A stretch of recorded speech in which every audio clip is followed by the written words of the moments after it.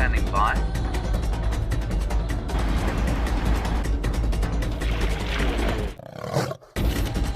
Five, four, three, two, one. You are live, you are live. Good morning to this gorgeous winter's morning here on Djuma Private Game Reserve, and welcome to Safari Live. My name is Brent Leo Smith. I have Wim, aka the Wildebeest Dornbank, on camera. There's Jamie and Jeandre out in the other vehicle, and we have Geraldine and Louise in final control. And a big thank you to Millie for the update on the white-tailed mongoose who was hanging around the dam cam last night for about half an hour, and she says, what a wonderful little critter. I concur. So the lions were roaring to the north. Jamie's popped up there to go have a look. Now, I know early last night there was a male lion, and he headed south from the dam cam. And so we're going to try head down there. I still think Tingana's somewhere on Djuma, so I'm going to see if we can find any of his tracks. If we have no joy, we shall get on the long road to the east and see what's happening in Cheetah Plains. But first, in this gorgeous pre-dawn light, let's see if we can find that male lion.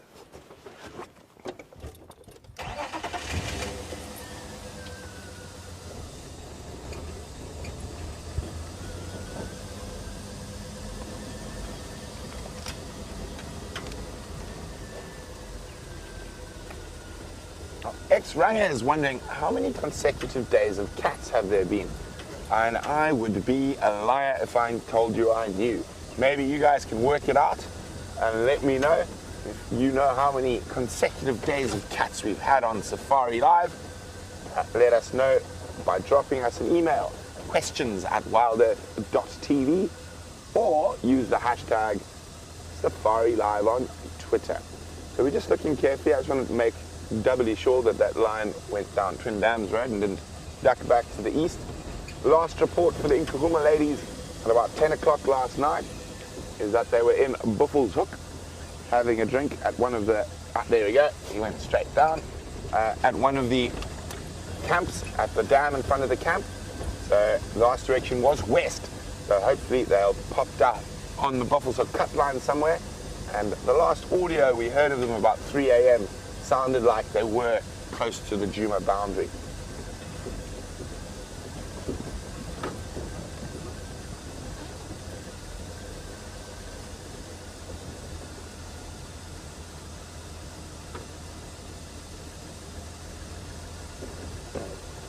Well, Aaron from the land of the long white cloud said, based on the roars last night, we're definitely going to be seeing lions. Well, I hope you're right, Aaron. I really do. Unfortunately, when the Birminghams get on the Twin Dams highway, they tend to march straight south and into Little Gowrie. But we will see. Oh, it's 13 degrees Celsius, so slightly warmer than yesterday. That is, 20 or 40 or 50 something Fahrenheit. Oh, Mr. Nyala. I really love this early morning before the sun's up. The air is so still that if a big cat calls, we can hear it for miles and miles. But really excited to have all of you on this adventure this morning.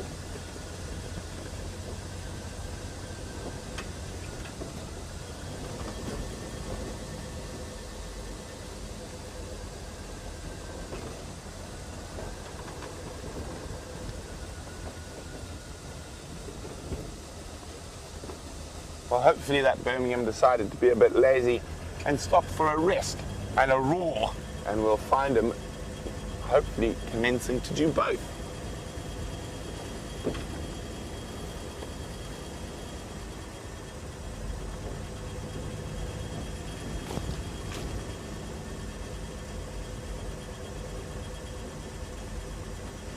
So unfortunately, Wendy's gremlins continue. So hopefully, Jamie will be out shortly, but a little bit late this morning. So till then, you're with VM and I in search of that Birmingham boy. Oh, tips, my fingers are getting cold. There you go. Oh, I love my bits.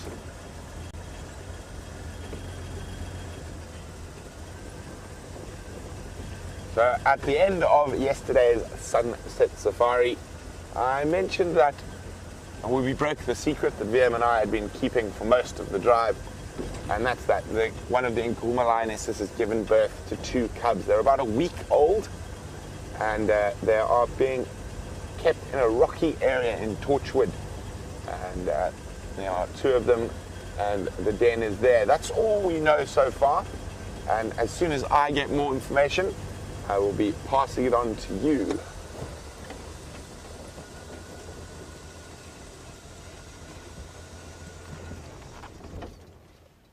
Just double checking that he's still there.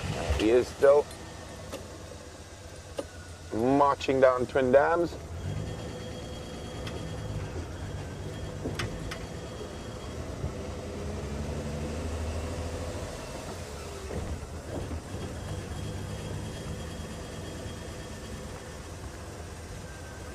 So I'm just going to stop for a second, have a little listen.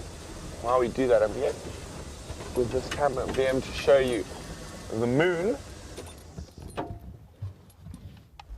Well, we're just going to sit quietly and listen for a second.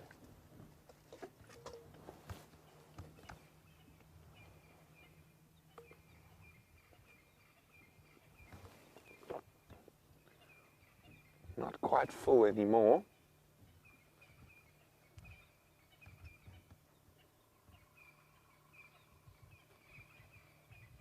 There we go, we're going to have a look at the craters in the moon.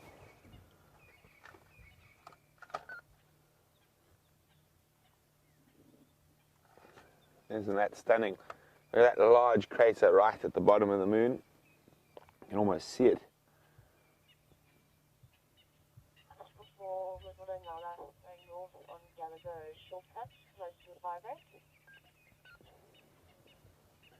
Absolutely stunning.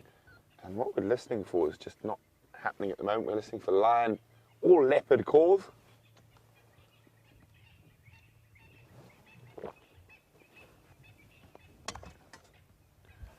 Let's continue on. Good morning, Jamie. Just got to get mobile. You picked up anything yet? Morning. No, just checked for male lion. Looks like I'm just going to check on the top line. I found some navigation quickly more. Okay, copy. Thank you.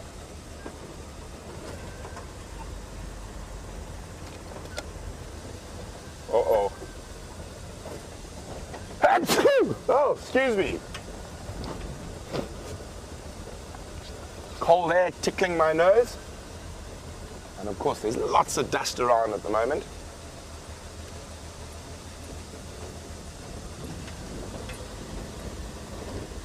Oh dear. For my paraphernalia, I managed to pull out my ears. There we go.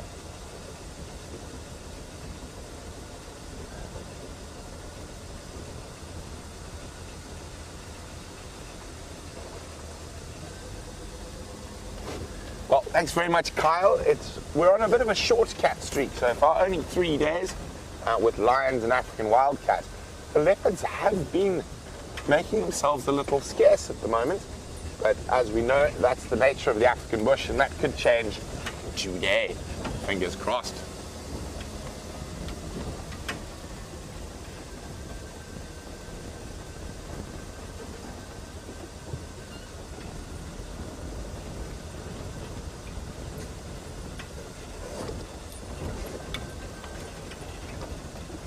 Uh-oh. Oh, excuse me, and while I try and get rid of my sneezes, let's say good morning to Jamie. and a very good morning to all of you whilst we sneeze our way through a dusty but not too cold morning this morning. It's definitely not as bad as it was yesterday when we were shivering our way through the drive. My name is Jamie and I have Jean-Dre on camera with me this morning, and we're helping Brent as much as possible follow up on those lions. I've just picked up on male lion tracks that were heading straight towards this cut line, but they haven't come out onto the cut line itself. Now this is a road that divides two properties, in this case our northern boundary, and across to our right, to the north of us, is Buffelshoek property, and then to our left is Djuma. The lions have been hanging around these areas. I think I can probably get rid of this somewhat troublesome and problematic beanie, since it doesn't want to stay on my head. The lions have been moving quite a bit between sort of this general area around Buffelshoek and Torchwood, and then of course there's that wonderful news about the Nkuma cubs. The first set has been born on Torchwood. I'm fairly certain it's one of the Birmingham males tracks, just around here. Interesting updates. I don't know whether or not Brent has let you know, but we chatted a bit about the Matimba males last night. Brent and myself went across to Simbambili, and apparently the Matimbas made an appearance.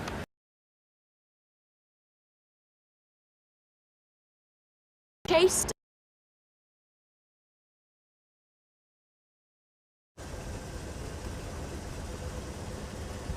So it looks like Wendy's still battling a few gremlins. Hopefully they'll be sorted shortly. So I think those lion tracks that Jamie's got were the ones we're following, and they've done a loop round because I don't see any more tracks on the road. So I think I'll leave Jamie with the lions, and I'm going to take a gander towards the Buffelshoek waterhole. And if Tingana was on property, it is one of his favorite stopping points. So it might be worth having a look for tracks in that area.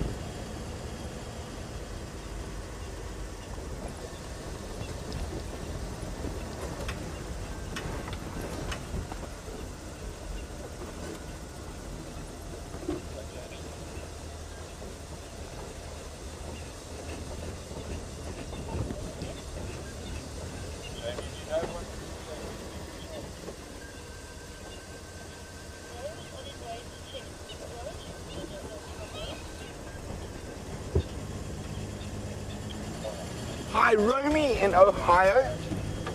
Romy would like to know, would the other 4 Nkuma ladies go to the den of the one that's got cubs? No, they wouldn't. They might accidentally get near there, but she'll try to keep them away from the den. She'll even lead them away from the den till those cubs are a bit older and she's ready to introduce them to the pride. There is always a possibility, especially with young cubs, that the others might just play a little bit rough, and the cubs could get injured.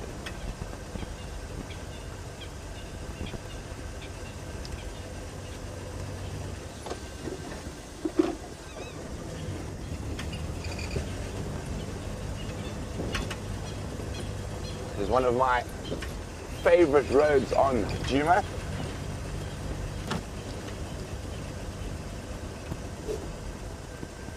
And I haven't been on it for a while, so always worth checking. We're running along the edge of a little river system.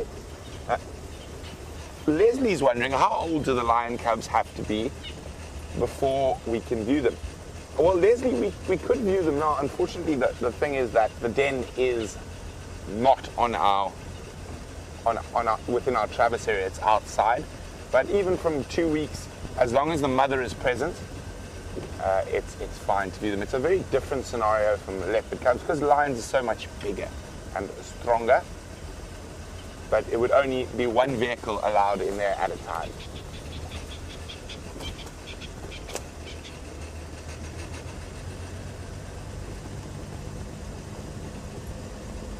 And she's been probably in that den for about a week. So there's a strong chance she might move that den in the next week again. And one of the reasons is to try, obviously, make sure hyenas and other lions don't find them. if they stay in one place too long, obviously the scent of those little cubs will start becoming quite pungent. So they will move dens, and we can just hope that she moves her den onto Juma. She's not far from Juma, so there is a possibility. And she did spend a lot of time around the drainage system below Buffels Hook Dam, so she could have been sussing out spots for potential dens.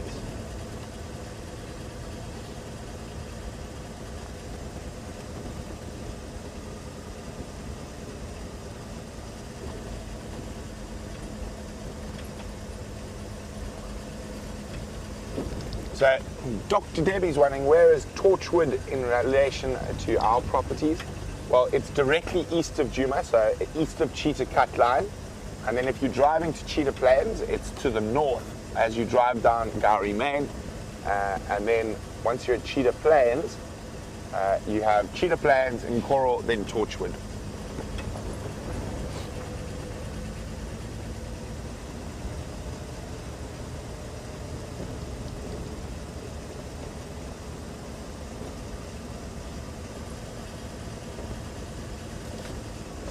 So far, no sign of Mr. Tinganana.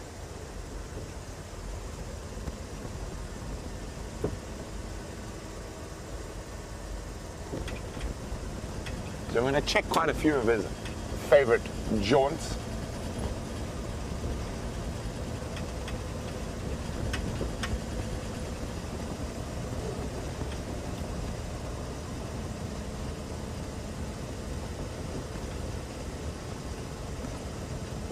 Chilly here next to the little river system. I definitely think it feels a lot colder than the 13 where it is. But also when we're moving with the wind, it does feel a bit colder. Hence, we wrap up. I've got, I think, 3 or 4 layers on today. Graham, how many layers do you have on? 3. 3. Yeah. Including your shirt? Alright, so I've got 1 more than Graham. I've got 4. I've got my shirt, a jersey, a fleece, and a jacket. Underpants count. Does underpants count? Yes, I think you can count them there. Then it's 4 layers. Then it's 4 layers, okay.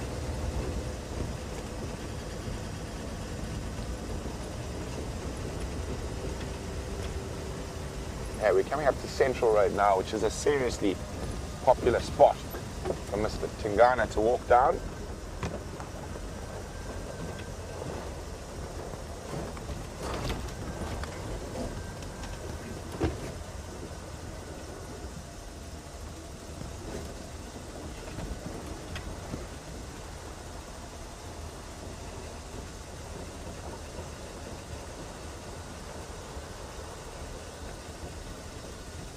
What do we have here?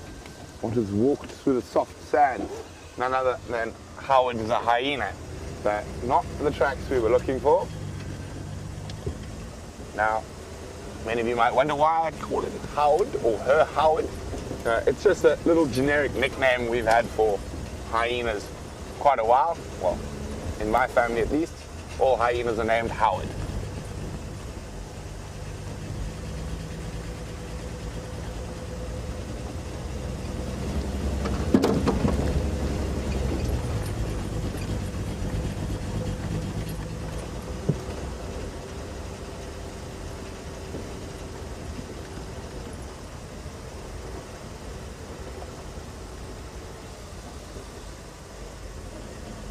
Loop back down towards Buffels Hook.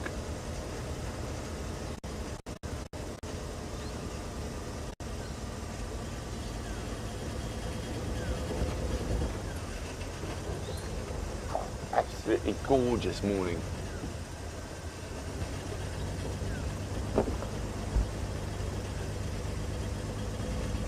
So while we continue on our endeavors, Jamie has got a little update to tell you about one of her favorite creatures.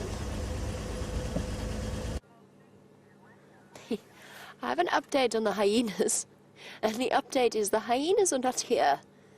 So I sort of hoped that we could sit here for a little bit just to, I don't know, I mean, my understanding of the way in which technology works is relatively limited, But I thought that maybe by sitting still we might actually be able to maintain something of a picture for a while before disappearing off your screens once again.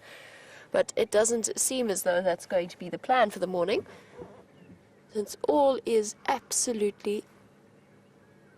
Hold on, there's guinea fowl alarm calling. Sorry, I need to get hold of Brent quickly. All is absolutely silent here, but there's guinea fowl shouting away a little bit further towards Sandy Patch. I might even, if I'm quiet enough, you might be able to hear them.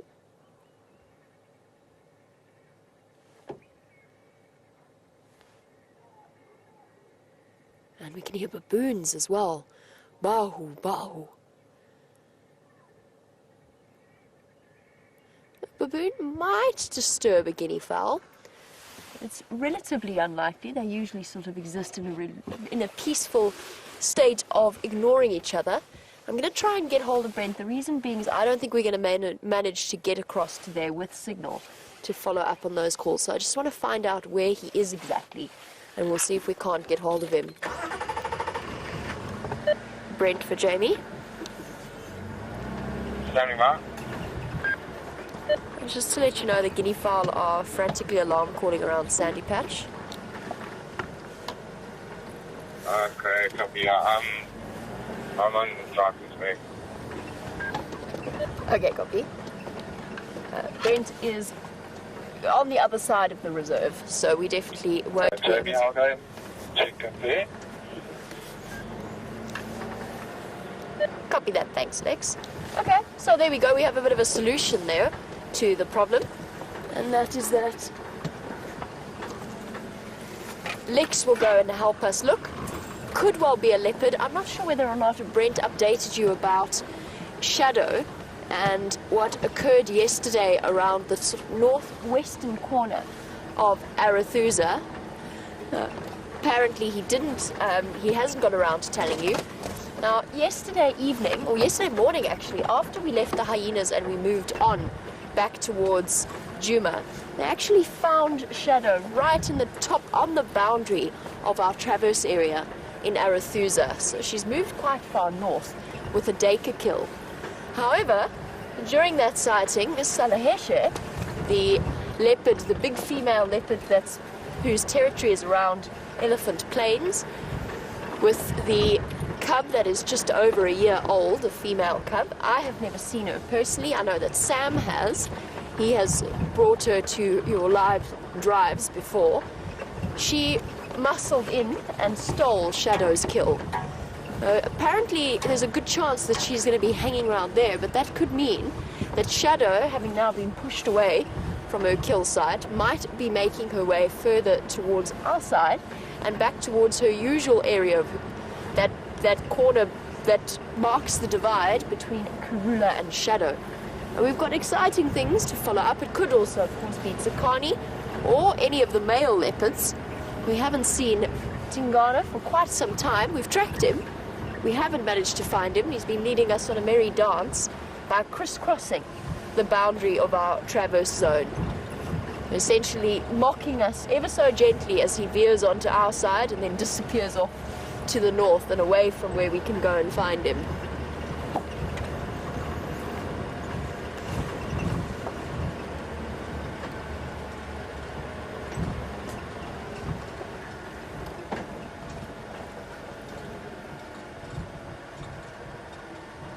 We've got some very relaxed looking kudu. They don't seem to be anxious at all. Now, it's difficult for you to see, but there's probably, from where I'm sitting, probably close to 20 kudu in there. There's so many. They've done very well for themselves this year, and we've had a great deal of very pleasant kudu sightings. I don't really want to delay for too long, though. I want to go and see if we can't figure out what has upset those guinea fowl. It's just a little bit too early. It makes it somewhat unlikely that it's a bird of prey. She's heard something. Oh, whatever it is. She's not... Oh, I know what it is. It is one exceptionally large kudu bull that she's spotted. He's right behind the vehicle in some thick vegetation, but there he is. That's what she was looking at.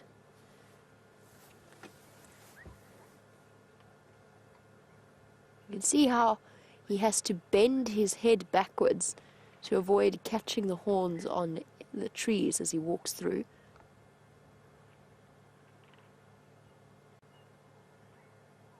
Just goes to show what a hindrance horns can actually be for an antelope that lives in dense vegetation like this. And you can really grasp or realize why.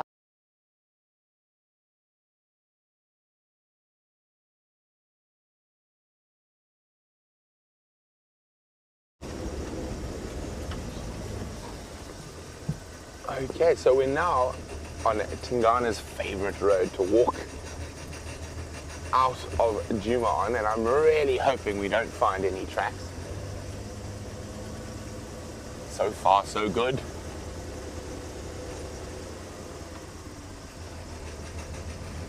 Which means he might possibly have caught something behind us somewhere. I'm going to zigzag back through that area.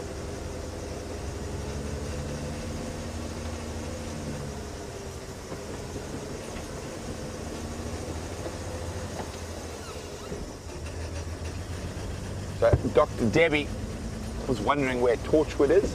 We're about to arrive on the boundary of Torchwood. So the Cheetah Cut Line, the eastern edge of our traverse area, that is Torchwood.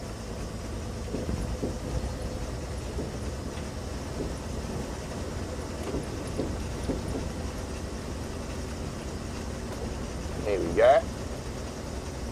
And positive note for now, no tracks of Tingana.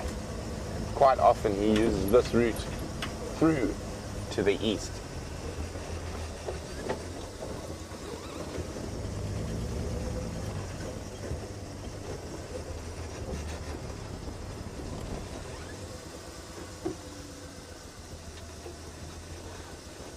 Just double checking, not missing any tracks. It doesn't look like, if he has crossed, he hasn't crossed here.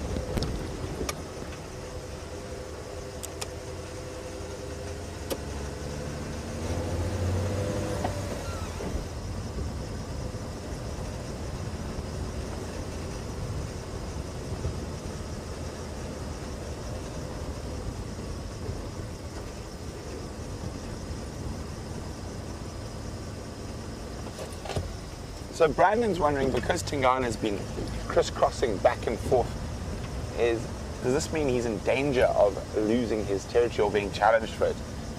No, Brandon, it's very normal leopard behavior to male leopards continuously mark and call.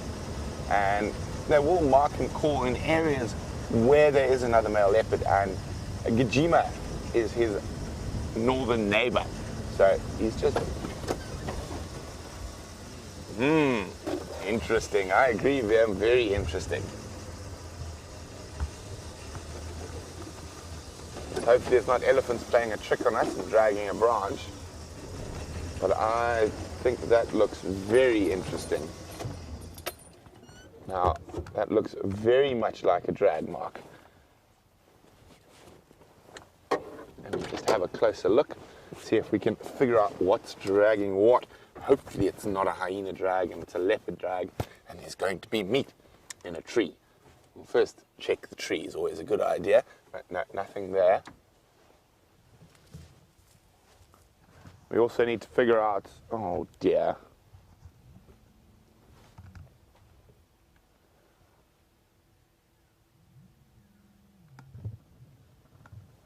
It's definitely male leopard,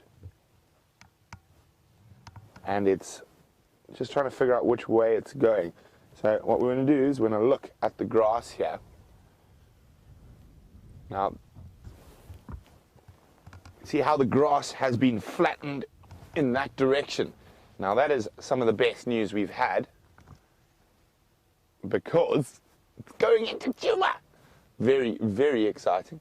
And strangely enough, the last drag mark I found, probably 5 meters from this one, was from Gajima. And we actually had those beautiful views of him in a tree not too far here. This looks like quite a big animal.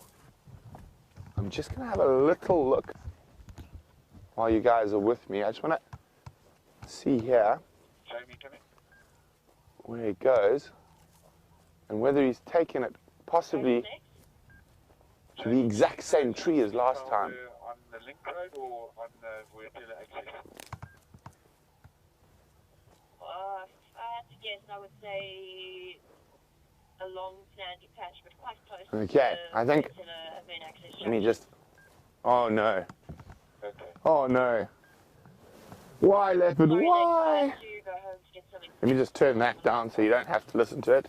Okay, no So, problem. I was very excited. I'm going to move the vehicle so you guys can have a look now. But it looks like before he managed to get it in a tree. Oh, the hyenas Falling a little bit further to the door. took their tax. Let's just move forward a bit.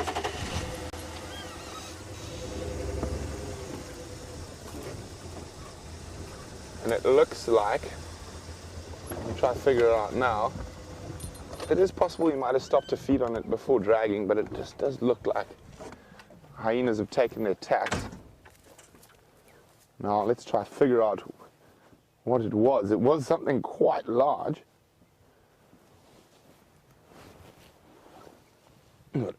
Oh, oof. You can see still fresh blood inside. Looks to me like possibly a kudu, just judging from what's left here and the size of the hoof. But you see how the hoof has been crunched. That is not a leopard. That is a hyena. I mean, there's almost nothing left. We drove here yesterday. So this has happened overnight. I just want to have another quick look. That drag literally comes to here. We find the hooves. And I did see another male leopard track heading straight east again. But you see the drag ends there. Normally, what would happen is the leopard probably caught it here out somewhere in the open and was trying to get it to these thickets here. And then the hyenas obviously heard the commotion, rushed in, and stole the kill. That is so sad. I really started shivering with excitement. I saw Vim also. He sort of started getting excited. We had a nice big fresh drag mark. Now that's the problem sometimes with catching such a big animal, is that it's difficult to hoist. And you can see it's really fresh. There's a bit of the hoof. And the fact that a bone this size has been completely broken in half and the marrow eaten is what lends me to believe it's hyenas that have stolen this kudu. Oh dear. Okay, oopsie, I seem to have pulled my ears out again. But there are some tracks up and down here on the road, so we're going to have a look at them. But let's jump across to Steph, who can say good morning to you from Shanks Pony.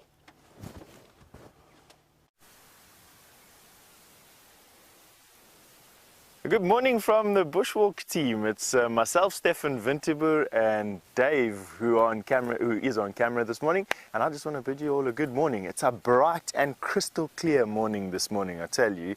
The sun came up, and almost immediately that it cracked that horizon, it was blinding us in our eyes. And it looks like no mist today, not a cloud in the sky, one of these very typical for us, at least, autumn days. And it's been quite a weird morning. We've been listening to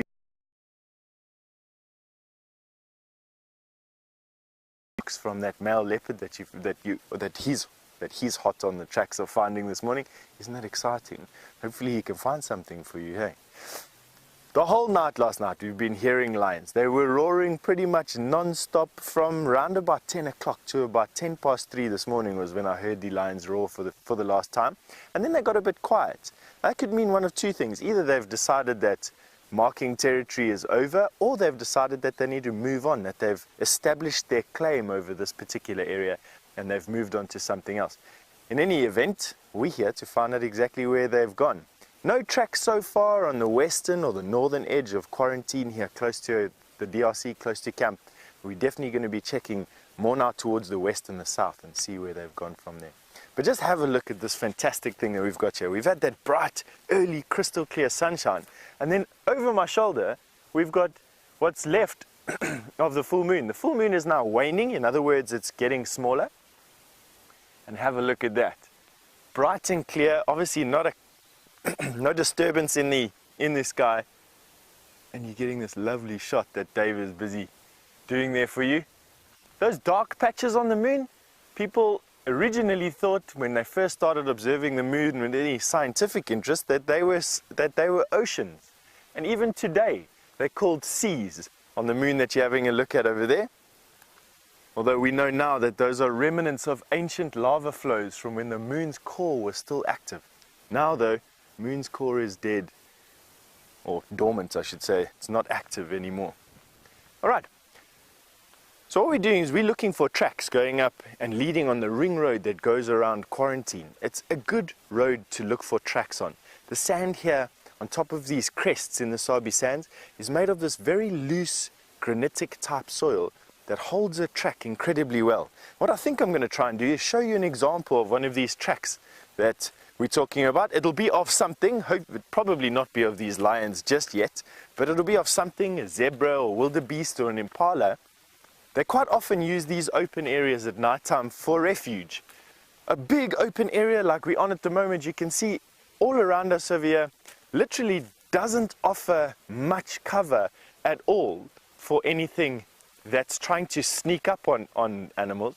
And you find that because of this, large concentrations or large herds of animals, for this area at least anyway, will come and basically sleep, for lack of a better word. They don't sleep too much. I wouldn't if I was an impala, but try and sleep as much as they can at least on top of these open areas, and then move into the thicker bush areas when the sun comes up. All right, let me see if I can show you what I mean by holding a track. And here you have some zebra. This is the Burchell's or the plain zebra.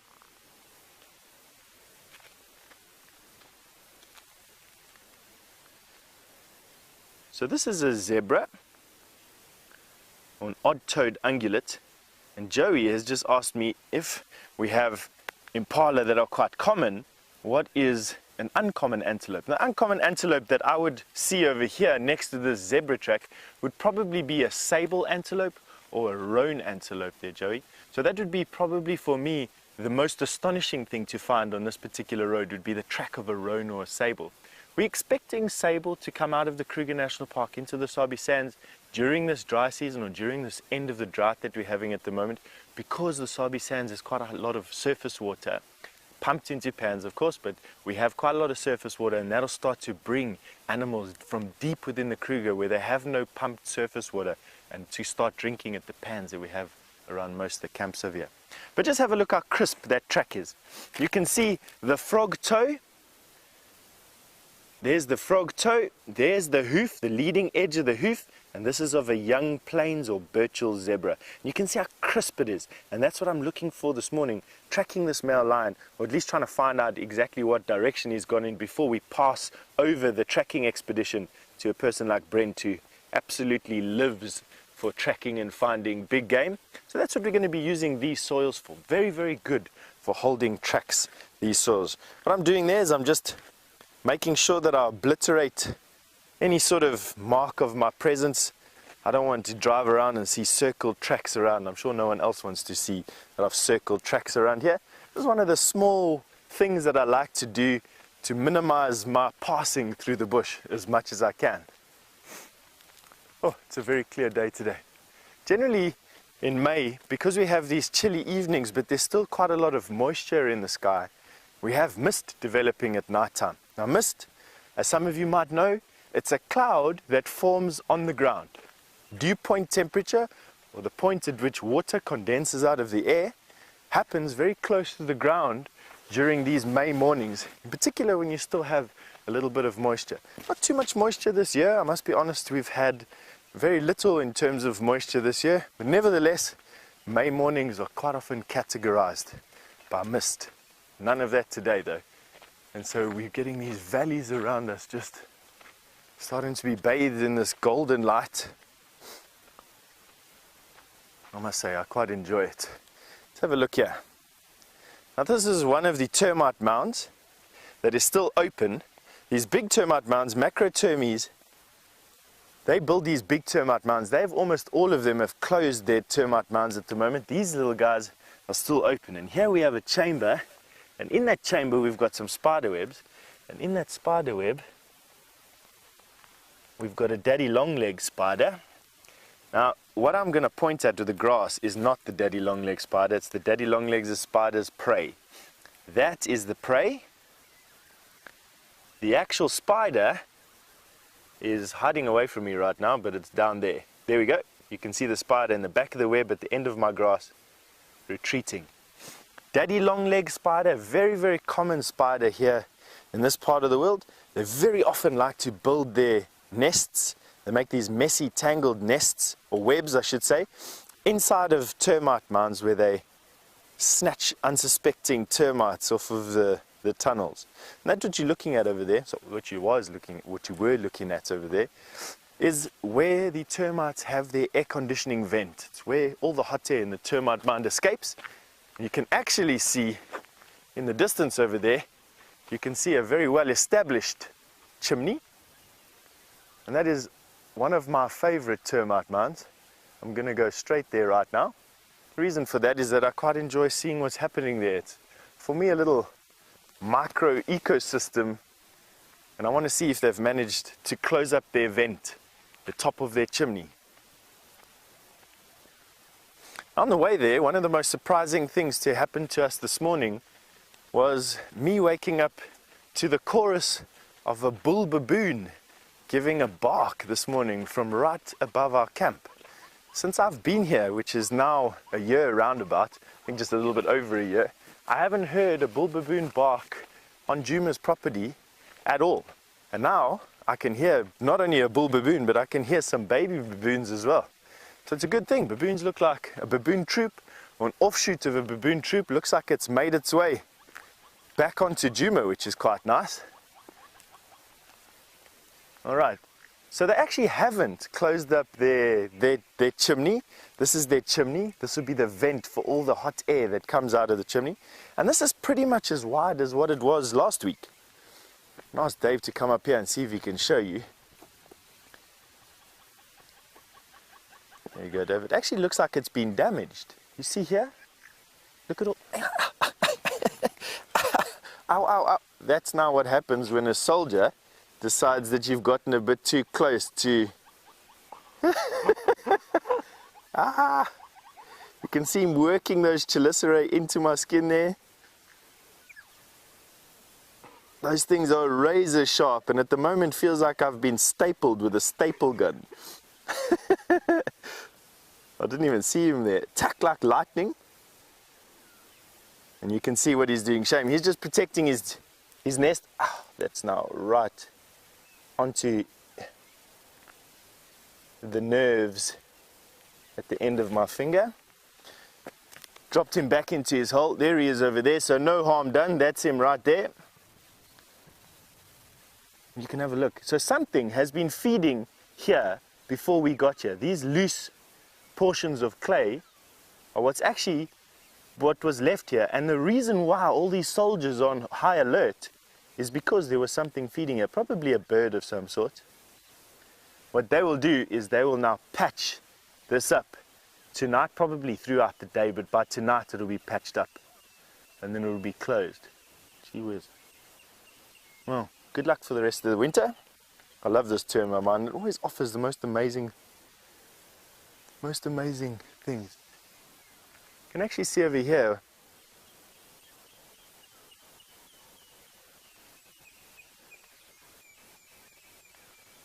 And James, while I'm busy having a look at what possibly could be the culprit for what opened this, you see this little dropping over here? That's from a little nocturnal, looks like a little nocturnal predator. I would almost say it's probably a lizard of some sort. Has been digging open this, and that's exactly why. No bird droppings, I didn't see any birds here. So it's not a bird, it's something nocturnal. Now James has asked me how many kilometers I'm going to walk with the walking team today. James, probably, I don't actually know. I'd like to go and see if we can go all the way west. I want to see if we can get onto Impala Plains today and then back again. So it's a round trip of probably around 5 miles or so that we're hoping to get to today. We'll see. Now above us, we've got a collection of birds that have just flown in. Those are all a collection of starlings, long-tailed or magpie shrikes, those are the ones with the long tails, and a bunch of starlings, and a buffalo weaver. So 3 or 4 different species of birds sitting on top of the tree to get the first rays of the sun to warm up. And a hornbill. Have a look, if you go further right over there, Dave, there must be about 20 or so birds inside there. That's called a bird party. It's when we find a whole bunch of birds sharing a common resource. In this case, the common resource is the warmth from the sun. That noise you're hearing in the background is from grey hornbills.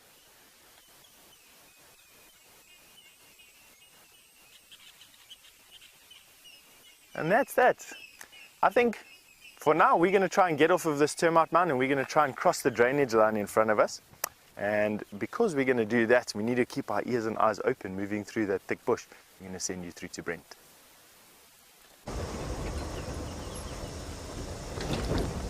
So, very disappointing. It's not often we find such a nice, big, fresh drag mark.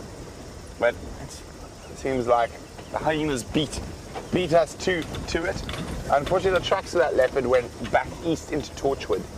Now, that could be 2 different males. It could be Tingana, or it could be Gajima. I've seen both in that particular area. So just on the chance that he managed to eat enough to become thirsty, we're coming down towards the Buffalo's Hook waterhole now to see if maybe he got enough of a full belly to feel like having a drink.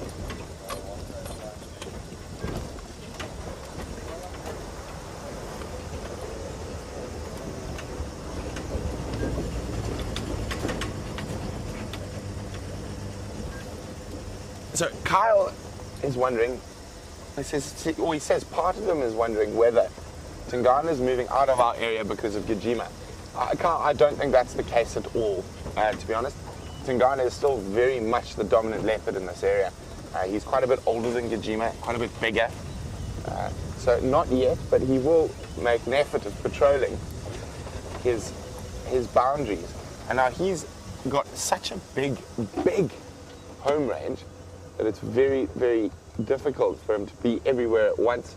Unfortunately, nothing at the waterhole. So he's constantly on the move, but he's very much definitely still the dominant male for us.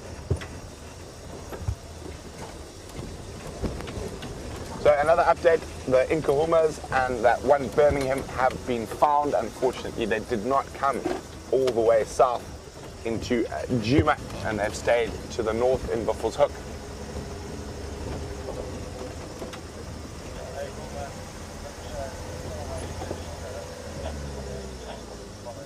Okay, so we might lose you as we go through this dip, so let's jump back to Steph quickly, who's got an interesting little insect.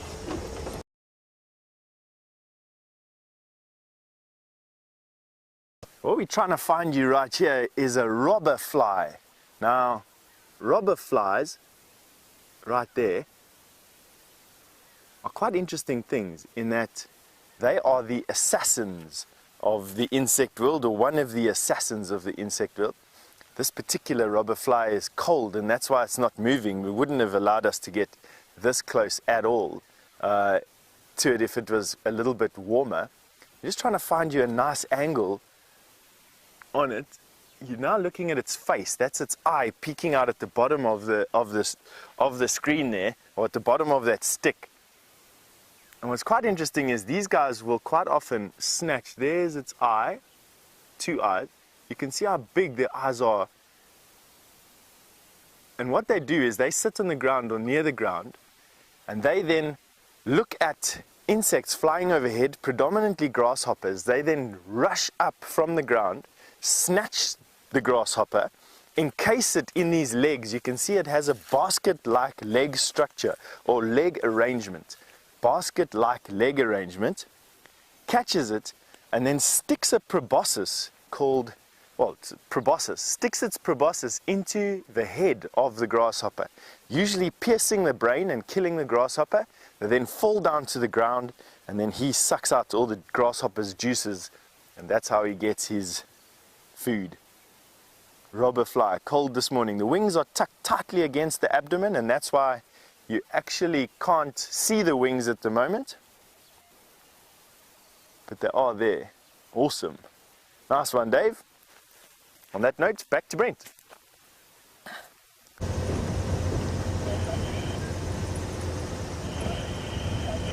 So we're on the northern boundary. The lines are about there and about 2 kilometers. So unfortunately, oh, you never know, they might get moving in the morning. I will keep my ear out on the radio. But I know Jamie gave you that update on Salahesh and Shadow. Fascinating stuff.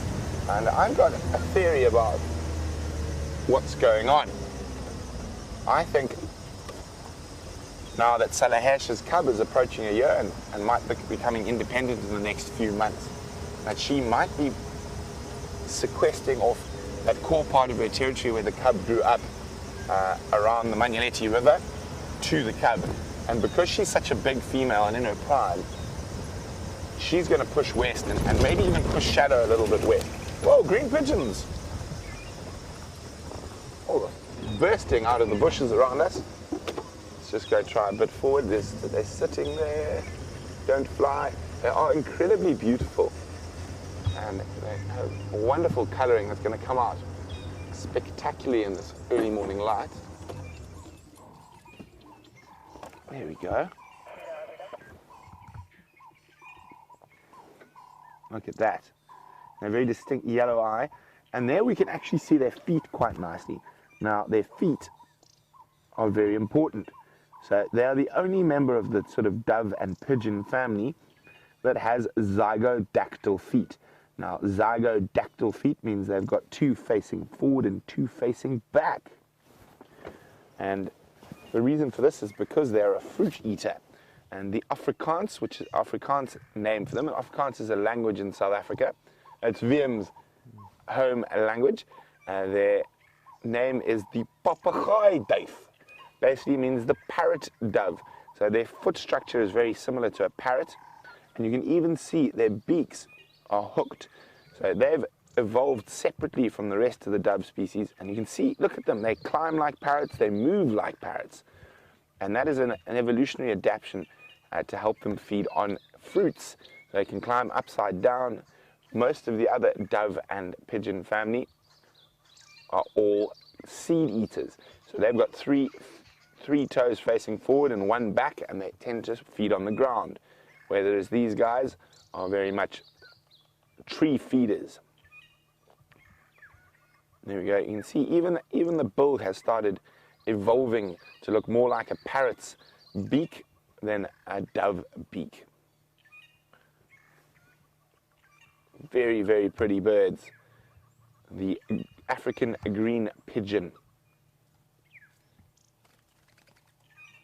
And we can often get big flocks of them, especially now as resources become harder to find. We're going to possibly find some big flocks of them on certain tree species. And they're all puffed up from the cold. I hear a leopard.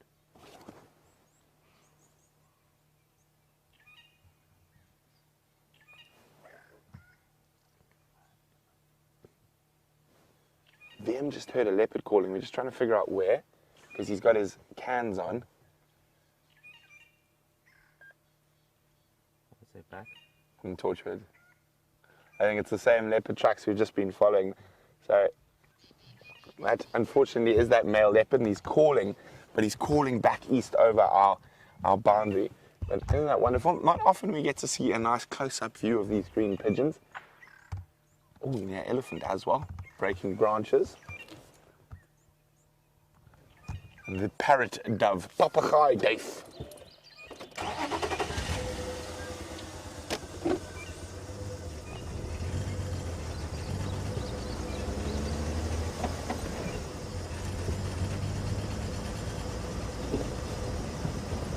So we're talking about leopards in the western sections, and Siberia is asking about Anderson, and I'll get to Anderson in a second, Siberia. So, as I was saying, what I think is happening, which is very normal for female leopards, is that they give a core part of their territory to their female daughters, so they don't really have to start fighting as they become independent. And I think we might be seeing a bit more of Salahesh on Arethusa, and she might start pushing Shadow further to the east and towards us. And that'll create a very interesting dynamic, because what's Shadow going to do? Is she going to start pushing Karula? Or will she fill this vacuum up here in the sort of northwest where we've seen Sakani a few times? So it's going to be very interesting. And there's the culprit who was breaking branches. Hello, mister. Elephant bull.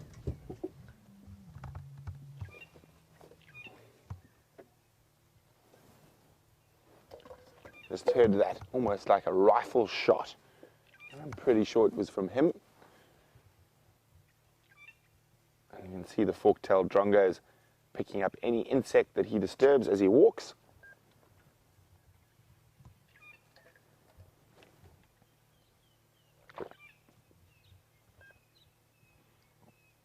And he's about to move off into a very, very thick block.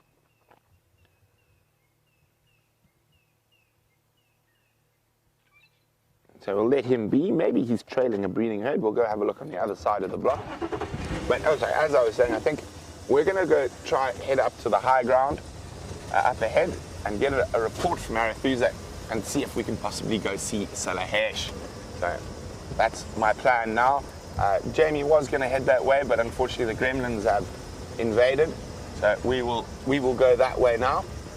So Siberia is wondering about Anderson. And I was speaking to my friend Tristan last night, and he's only been back from leave for 3 days, and he's seen Anderson every day around Sibambili. So he's around there, so who knows, maybe he'll come and steal that kill from Salahesh while we're watching.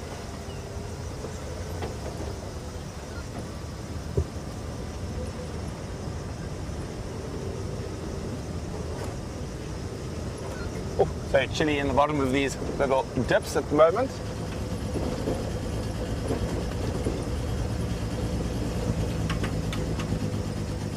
And that's one of the things I really love about being out here in the bush, is that when you think you got something all figured out, some slight little change, the independence of a female leopard cub, a male leopard becoming nomadic or coming into his prime and moving to an area, just changes the dynamics. They're constantly in flux. So nothing is a solid rule. Everything's fluid and changing constantly. And that is one of the joys, that every day we go out and we'll see something different or new, or learn something different and new.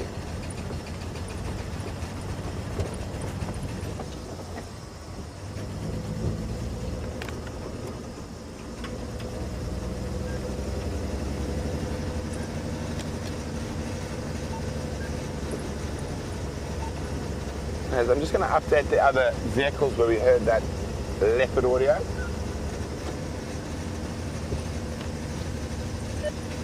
Stations audio of an Ingwe to the east of Cheetah Cut Line between Buffelshoek Cut Line and Pipeline Road. Similar area to where we had the tracks going east.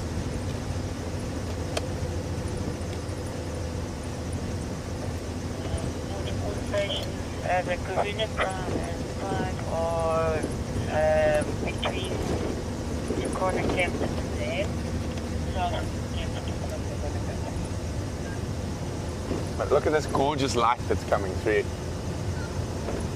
These winter mornings, even though they are really chilly in the beginning, are just absolutely exquisite.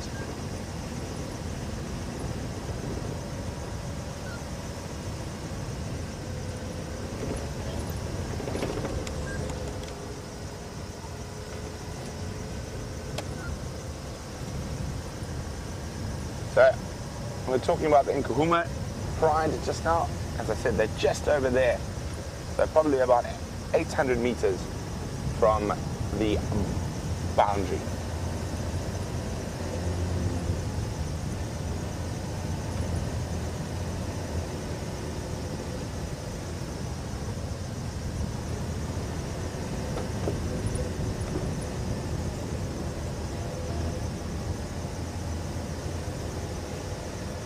So we know that there's 8 sticks cubs and now 2 in Kahuma cubs with a possible few more on the way in about 3 to 4 weeks. And James Bear is wondering, well, how many cubs are attributed to the Birmingham boys? So far it would be 10. But James, one must be very careful about saying it's definitely the Birmingham boys. And in a lot of areas, 50% of the cubs are born to the non-pride males. So these are males that are not in coalitions, and they sort of meander around the peripheries and through the territories of multiple different coalitions, and they sort of sneakily mate on the side. So, and in doing that, because they're not part of a coalition, because they can't attack a coalition of 4 if you're a single lion, their sort of way to spread their genetics is to sneak around and mate on the edges, and it's actually quite a successful ploy. And I mean, in certain areas where they've done genetic testing on the cubs, as up to 50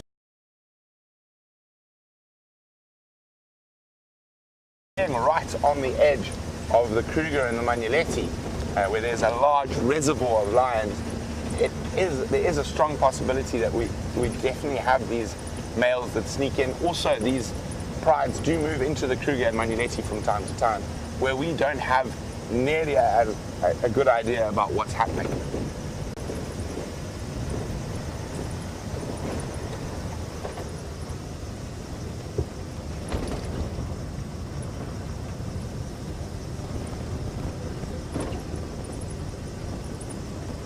So we're going to scoot off right to the northwestern corner on the high ground, get an update on what's happening with those leopards in Arathusa.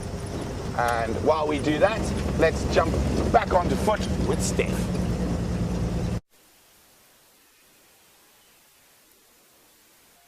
Well, if there's anyone that can find you a leopard this morning, it's definitely Brent. He definitely has the knack for it.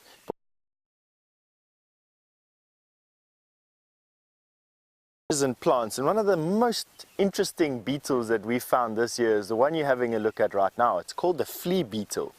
Flea beetle because it's got this habit of using its incredibly powerfully developed back legs to jump away from danger, and that is uncommon in the beetle world. To have a beetle that jumps is almost like having a giraffe that can do backflips to get away from trouble.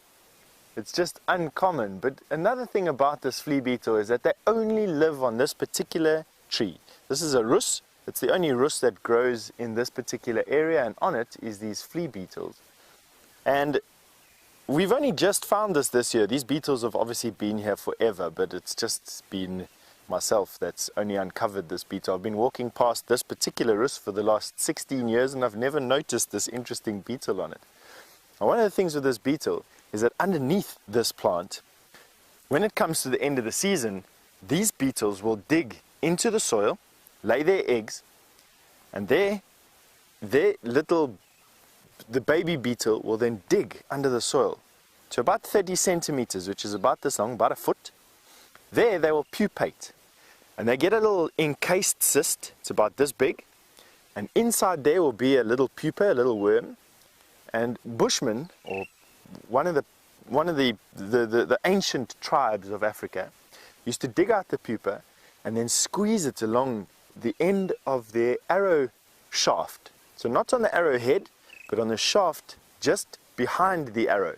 They then would shoot it into an animal, usually the cheek or the neck, and that would cause paralysis and death of a full-grown buffalo in about 40 minutes. An 800-kilogram animal would be brought down dead in 40 minutes just from the juice from the pupa of this particular beetle.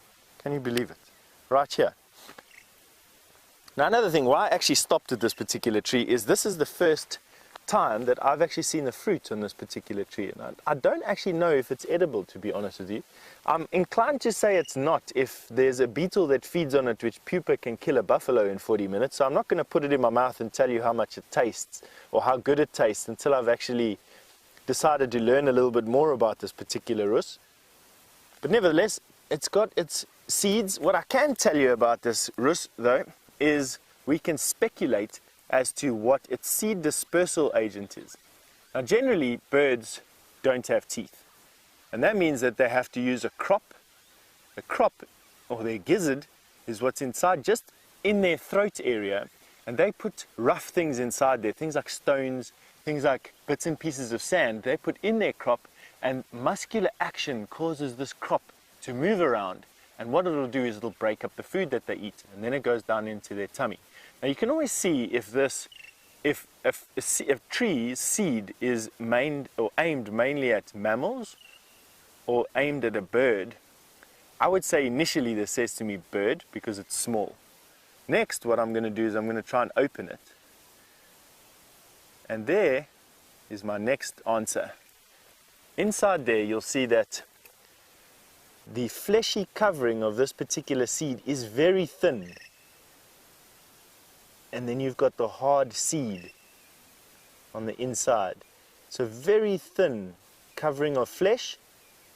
In other words, the flesh or the meat reward for eating this small little seed is virtually non-existent, and that says to me further, it's for a bird. So a bird will eat lots of these that rub together, that rub off that little covering of flesh. It would then move into the bird's intestine.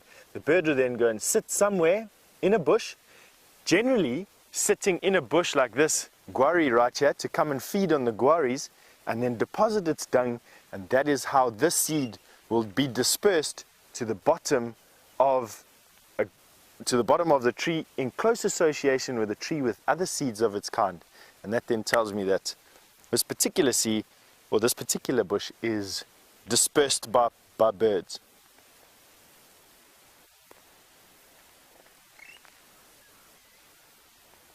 But James, while I'm busy looking at what else we can find over here, James Richards has actually asked me what plant gives the most interesting seeds.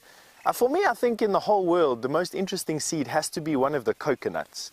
It baffles me that a plant has managed to use the sea as a seed dispersal agency.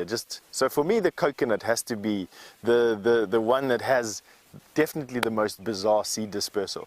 But I think out here, I'd have to say the Natal mahogany tree, or perhaps even the pod mahogany tree. One of the pod mahoganies, Entandophragma is the genus, and what it does is it creates a seed pod that looks very similar to a sausage. The seed pod itself has got these creases or crevices in the seed pod, and as the tree dries out and withdraws its moisture from its branches during the dry season, so this seed pod splits open and looks identical to a peeled banana, only without the banana part on the inside. But the seed pod basically peels open along these creases, and in it are winged seed pods. Now, these trees grow on top of mountains on the Lubombo mountain range on the eastern side of the Kruger National Park, and at the top of the hill you're going to get lots of wind, and so these winged seed pods then float away from the tree and disperse that way. And that probably is, for me out here, the most interesting or the most abnormal one. Alright, now Brent has got some elephants for you, so we'll see you in a bit.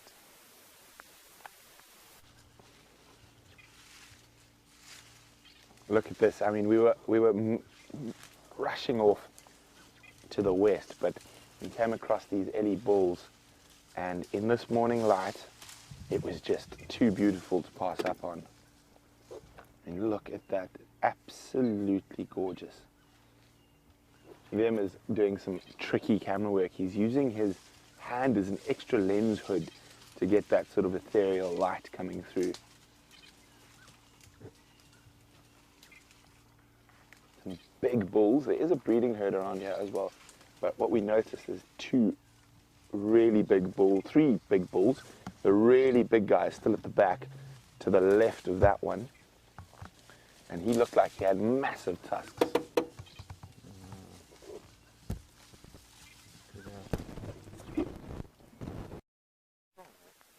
crash cut.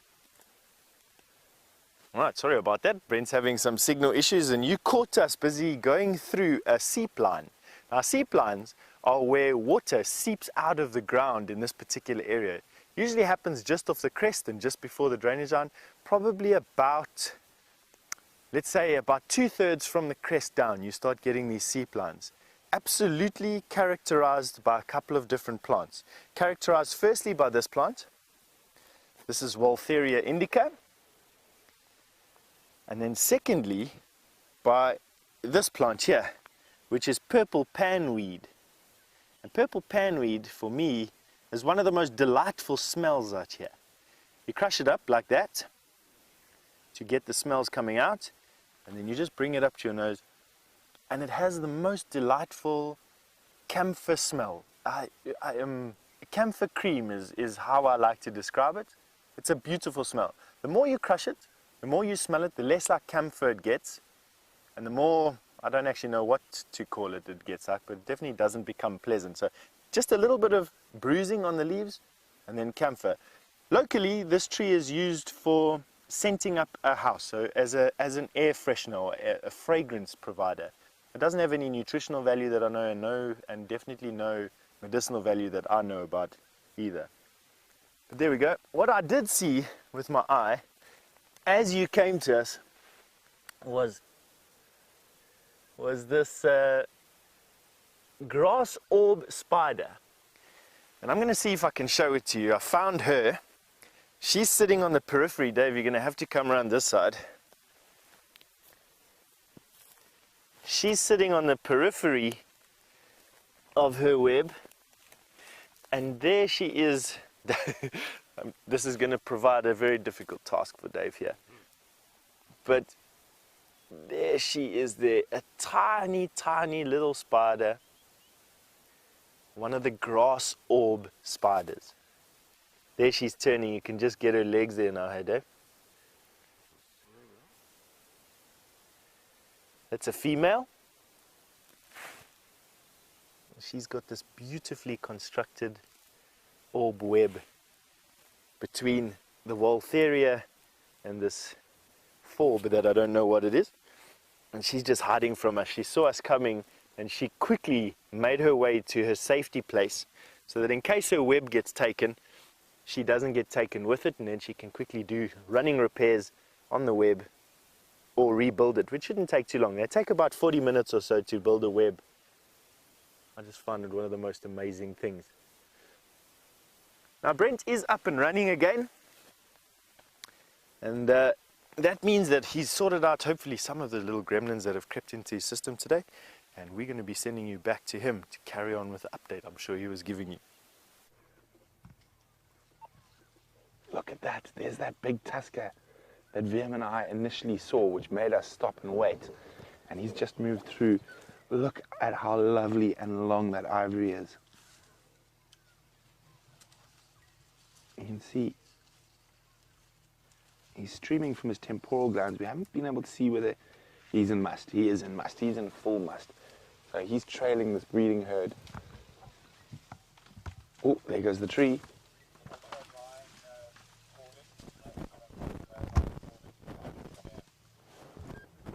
There's lions right behind us. There's elephants here. It's all happening all of a sudden. You can hear the lion.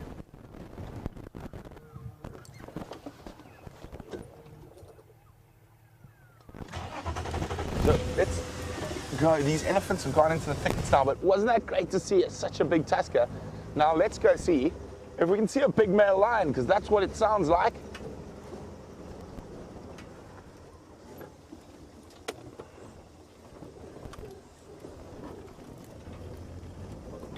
And on a positive note, these elephants look like they are heading down towards the lodges. So hopefully that big tusker does make an appearance during the day on the dam cam.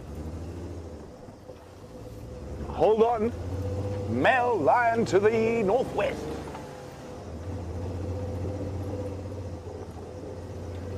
It's so funny because the morning's been relatively quiet, sedate. We've had that drag mark, and now all of a sudden, we had that monster tusker and a male lion calling really close to us.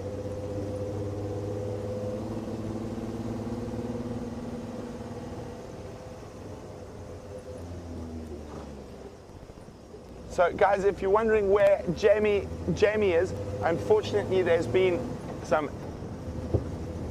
gremlins in her vehicle and they're back at camp trying to get it sorted as quickly as possible. So hopefully she'll be out again shortly. But till then, you're with Steph and myself. And at the moment, Steph's showing you the little things and I'll try to find the big ones.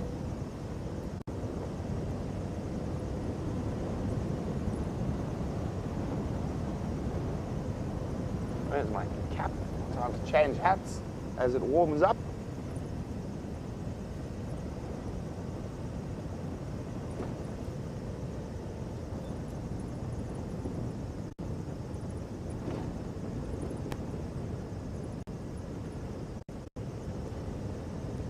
Now let's have a quick look what's happening here at, I would have guessed that line to be in this general area, so eyes up Vim.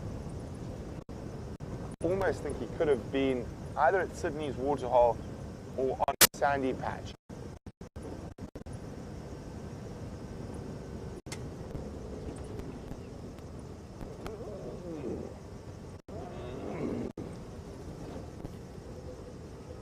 Impala don't look too perturbed over there.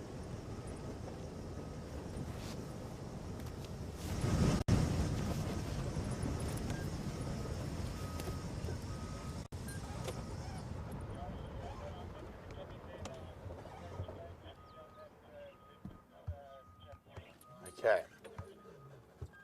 Now he sounded like he was right here. Oh, what do you got there, Vim? A spoonbill.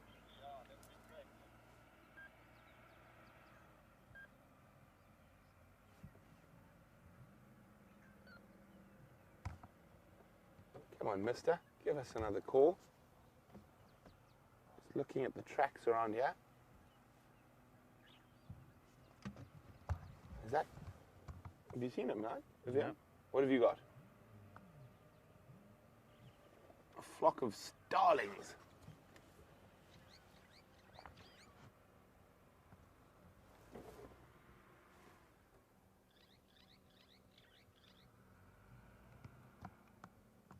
Then just come over here and near that termite mound in the corner there. Termite mound? Oh, no, the other side. Yeah. Just a little bit to the left. I thought I saw something under the bush. Nope.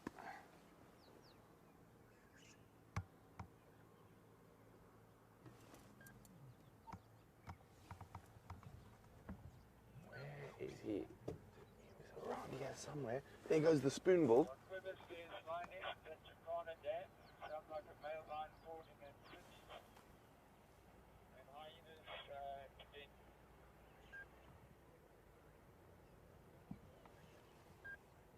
So VM's doing a splendid job while we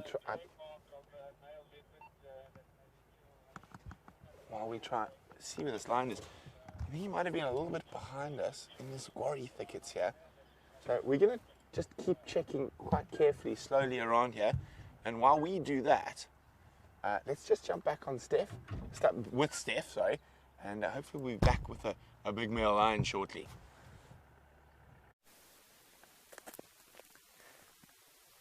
We can't help ourselves but show you these caterpillars when we find them. They are just the most beautiful. This is, of course, the dice moth caterpillar. And we've caught this dice moth caterpillar about halfway up a stick of grass because it's wanting to get warm. So this particular caterpillar has moved up off the ground and out of the undergrowth and has moved up this strand of grass so it can get warm this morning, and it's standing still for us. Have a look at that. I just find these absolutely fascinating. Not much is known about them. To be honest, I've researched these at length and there's not much that can be said about them. There's a couple of things about the plants that they like to live on, about those filaments that they've got in their body that they wave around. Their aposomatic coloration, which is those broad bands of contrasting or highly contrasting colors, those are to ward off would-be predators, but nothing much else about them. Their moth that they produce they don't make a butterfly, they turn into or metamorphosize into a moth, is an orangey colored moth with round dots on its wings, triangular shaped wings. Quite a pretty moth, definitely not as pretty as what the caterpillar itself is. Have a look. Ooh, sorry, I bumped the caterpillar with the grass here. That was naughty of me, so I think we're gonna leave it for now. But I'm also sitting next to one of these trees that I want to show you. This is an Ozeroa. This particular genus of tree is Ozeroa, and I know it's an Ozeroa tree because of this, what they call herringbone venation on the leaves. Herringbone venation? And that's how I identified it, and it's also quite hairy on the bottom. It's got these very, very fine hairs on the bottom. Ozeroa is the genus of these trees, and why I like this particular tree is that a tracker friend of mine called Richard, one of my dearest friends out here, told me a wonderful story about what he used to do with this tree as a young boy. And they used to milk the sap out of this tree. Now, how you milk the sap from one of these trees without using a fancy instrument that's built for it, that the rubber industry made, is you make a tiny incision in the bark of the tree in the form of a V. So you cut into the cambium layer just like that, and then you leave it. And what it'll do is it'll start weeping. Now obviously we can't wait for this tree to weep, so I'm just going to show you. You see that milky stuff that's coming out there? I'm going to show you on my blade. That milky latex that the tree's got, that is sticky. And what this tree does, if you collect enough of this particular sap, and my tracker used to do, is he used to take a tin, usually a cool drink tin that he had. He used to put as much of this sap as he could into the tin, and then over very low heat, he used to heat this sap. And what it does is it boils the water out of the sap. And eventually you end up with a very sticky substance that with a little bit of cooking oil on your hands, you can turn into a rope, into a string. And what he used to do there is he then used to go to where birds came through to water and drink, and he used to wrap this sticky rope around the stick that birds used to come and sit at. So birds would fly in, land on the stick before they go down to water. Birds used to land on the stick and get stuck there. It's called bird lime, and that's a very good way of catching birds. The birds get all sticky, their wings get stuck. He used to come, take the sticks off of his bird lime, and then obviously that was the way he had lunch for that day. Very naughty guy, Richard, one of the most classic individuals I've ever met in the bush. And this is one of the plants that he used to use to get himself some food when snacks were short. And another thing that I can't help doing is peeling these basils. What? That there that you're having a look at is the leaf and the discarded shell husk of the Ocimum canum, another one of the plants I absolutely love smelling. It's loosely termed the wild basil out here and can be used to flavor food, a very basil-y smell. Now Justin has asked about those filaments on the dice moth caterpillar. Just to go back to the dice moth caterpillar, obviously where Justin comes from, there are caterpillars that have got hairs on them. And Justin, some of the caterpillars in this particular area have got those hairs that definitely are venomous, or poisonous is the actual word to use, or irritant is actually more the correct word. These ones are not. These ones just wave around and they use them as a distraction. My feeling is that with these contrasting colors, as you can see, the black and the white with the red legs and the orangey legs, that they use it to draw attention to themselves, to say, hey, look, I'm here, I don't want to hide away, look at my colors, and definitely don't put me in your mouth because I'm going to be distasteful, or I could even harm you. And they draw attention to themselves that way. What they don't want to do is be mistaken for something and injured in the process while the bird decides that they're distasteful or not. So I think these particular filaments are attention grabbing. It's definitely not for mates. They will mate with one another when they are in their moth phase. So if I were to guess at what this is, I would say it's absolutely just an attention grabber. Look, I'm here, I'm very colorful, and I'm displaying my danger colors, and I don't want you to harm me. These dice moth caterpillars. One of those things, we really can't help showing you these things. They are truly superb.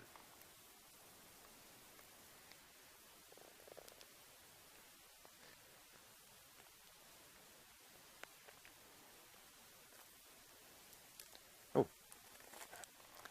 let's carry on.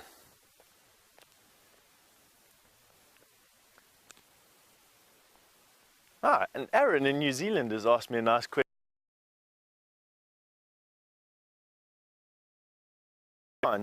Is the most important out here? Aaron, that's a good question. I think that the most important tree out here would probably be the marula tree, if I were to name a big fancy tree. I personally feel that all the trees are quite enjoyable out here. I quite enjoy all of them. But definitely the marula is the one very similar to an elephant or to a lion. It holds a lot of importance here. It's one of the keystone trees. Have a look at that tree over there. That's a marula tree. So Aaron, that's a marula. And why I like it, it's because it produces a fruit. That particular fruit is eaten by almost anything here. It's fed upon by birds, it's fed upon by insects, it's fed upon by animals, it's fed upon by elephant, baboons, you name it. Even jackal eat that fruit. And so forms a very important part of the diet out here. Quite a conspicuous fruit. It's also used by people, and so it's conserved by people. It's not only valued by animals, but it's also valued by people. And that to me is important. To me, it just strikes one of these things that we've got to try and understand this balance between people and animals. We have to celebrate those things. Now, I've spotted a termite mound there, so I want to go climb up on top of it.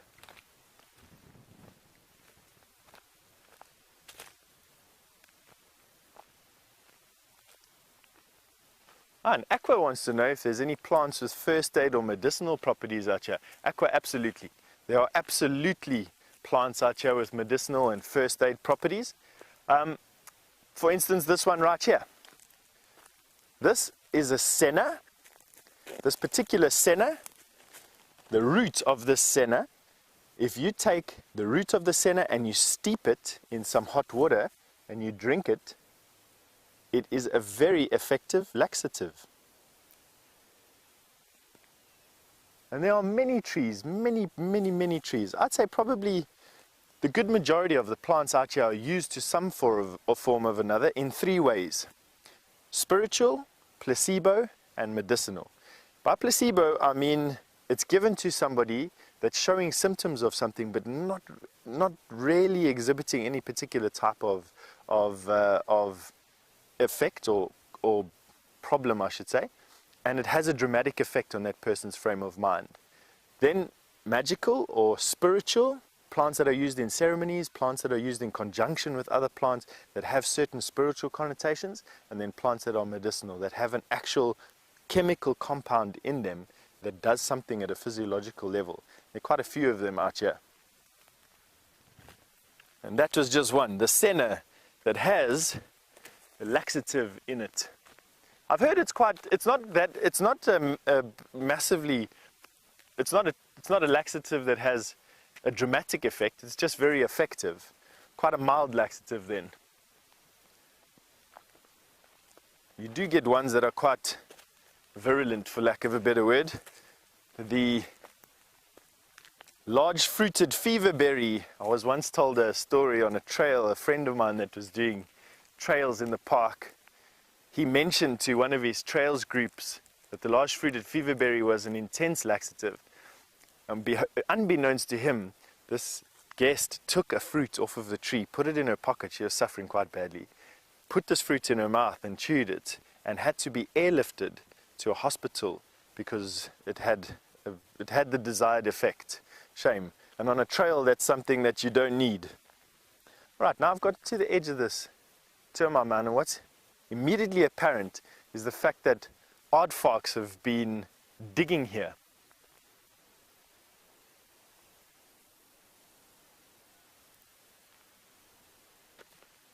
Now, Brandon, you've just asked me a question all the way from Ohio, and I only got half of it. I think this termite mound is having an effect on my radio, so we're just going to get final control to send me through that question again, and then I will answer it absolutely.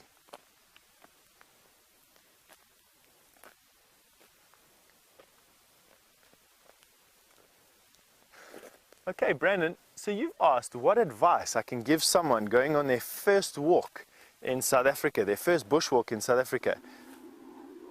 Well, excuse me, that was an elephant that was having a bit of a problem with something. The first thing I'd say is probably get yourself fit. Get yourself fit, and if you can get yourself used to warmer temperatures, definitely do. It's the thing that catches people out the most out here. It's fitness, and you can't enjoy a walk out here in the bush, doing a bushwalk, if you're not fit. You end up being very tired, and and if you're not used to heat, it has added effects. It can exponentially make getting dehydrated worse, and you lost concentration. You're not aware of your surroundings, and then it doesn't make any sense if you're battling through a walk. So absolutely, I'd work on fitness. Secondly, I'd work on my heat tolerance, and then from there, you could probably work on what equipment you're going to take with you.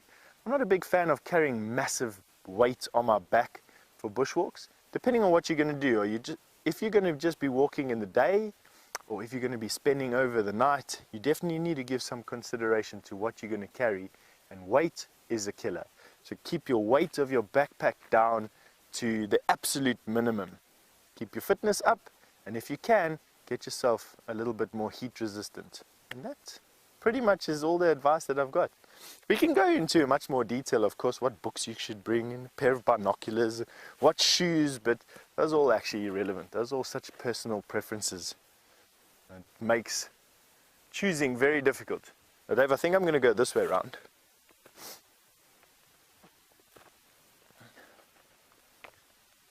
Have a look around. I quite enjoy these termite mounds because they give you, not much, but they give you a vista into the bush. It's quite nice. I think what I'm going to do is I'm going to follow this line of marula trees. You can see the marulas generally grow on crests. On the crests, you usually find different grass species in the valleys. We haven't found any fresh footprints of anything in the valley, so let's go and check the crests and see what we can find on top of the crests. And while we make our way through this thick bush over here, Brent has got an update for you. So, them and I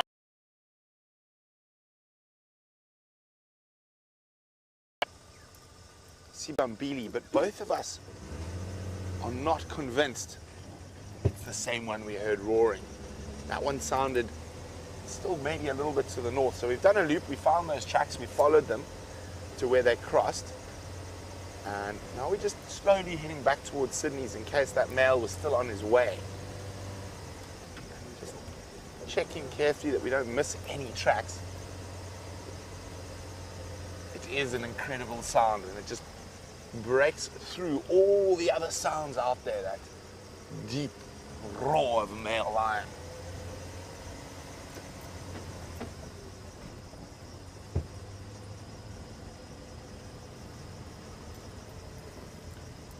It's going very slowly.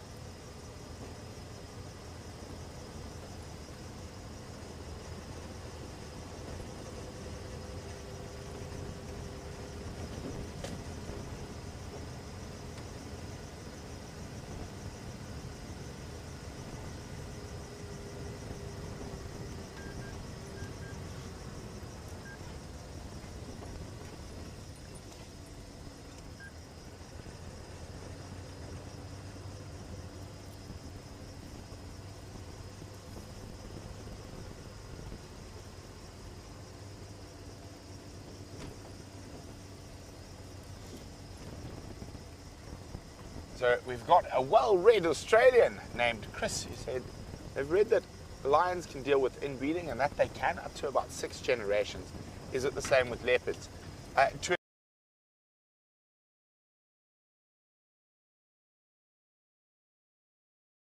for a couple of generations, but it's sort of past that sort of fourth, fifth generation, and it starts to get a bit iffy, and certain bad traits start coming through, stunted growth, deformities. But yes, leopards can also deal with inbreeding. Now, Jamie was chatting about the Matimbas before she had a gremlin creep in, and the update is they arrived at Sibambili camp, which is about 5-6 kilometers to the west of us. And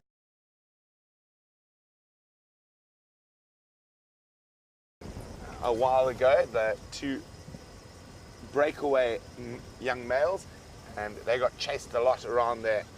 They have headed straight back south. They are now, yesterday they already crossed back into Londolozi. Come on, Mr. Lion.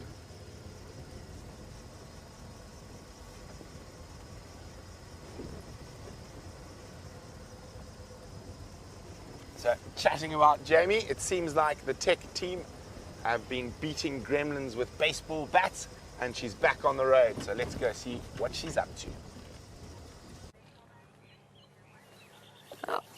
I mean, I haven't been doing much in the way of gremlin batting myself, but our tech team has been exceptionally hard at work.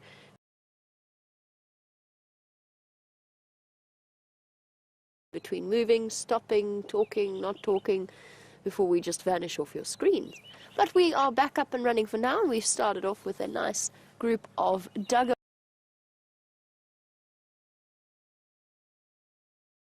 Although he's moved off now.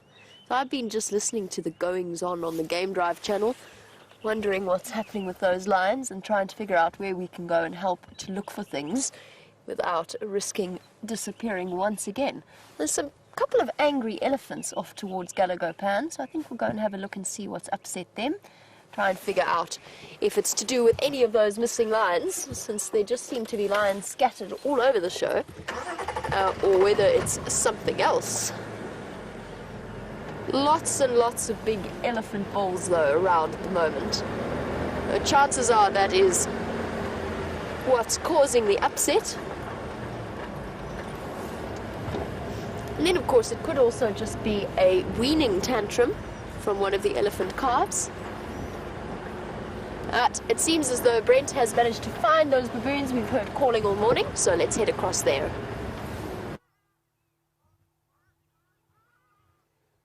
Hello, Bubba Johns. So we're sitting quietly and listening at Sydney's waterhole, and there's a big troop of baboons arriving, chasing each other about. Now, the positive thing is if there is a lion and they're spotted, they are going to shout from the top of the trees.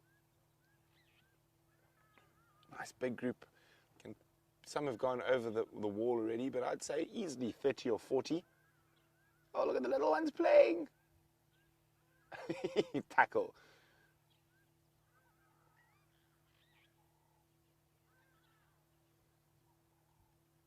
It's so nice we've started seeing baboons again. They are definitely one of the more interesting animals to spend time with. Constantly up to something.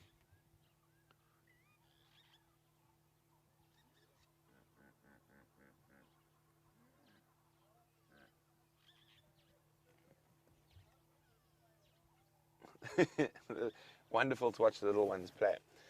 Now, they've got a very interesting and quite a complex social structure. So there's not one dominant male, but there's a sort of a group of dominant males. Depending on the size of the troop, it can be up to 10.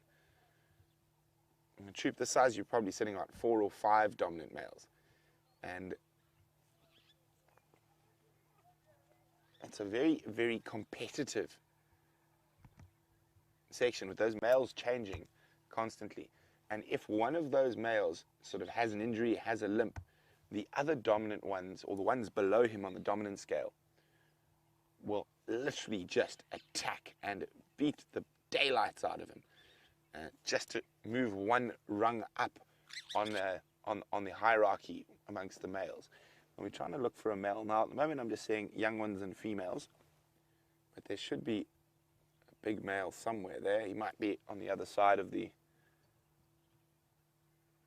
there with his back to us could be a male, but it's a bit, yes, I think the one with his back to us, basking in the early morning sun and staying out of all the shenanigans of the young ones, is probably a big male.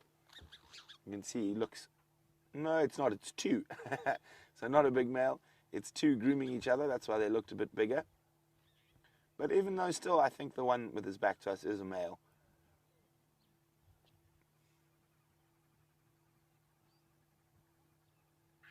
Oh, tumble to the left. Big game going on there. There's a male.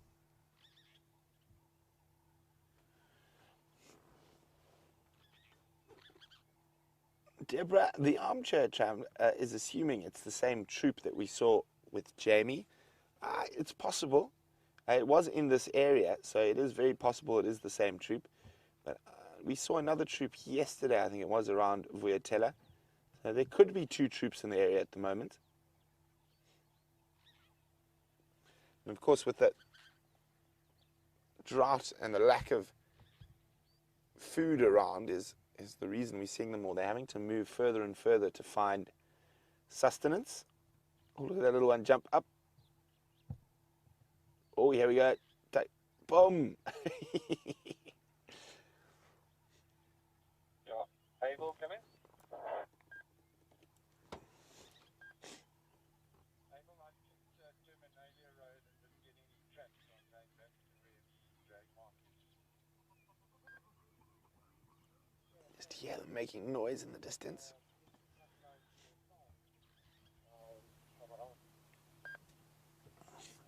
So Ellen, who's in North Dakota, is wondering, can a large male baboon be a danger to the little ones? Sometimes, Ellen, they can get very aggressive, but not normally.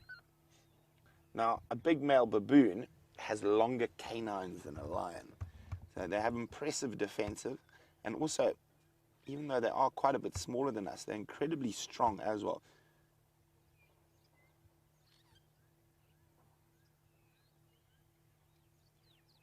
And most female leopards would think twice about tangling with a baboon.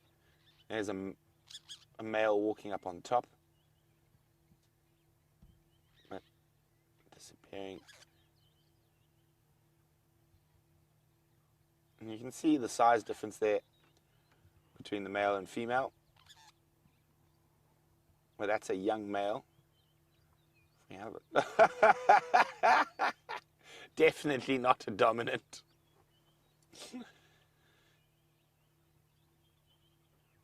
Now, I'm hoping we'll see one of the really big boys.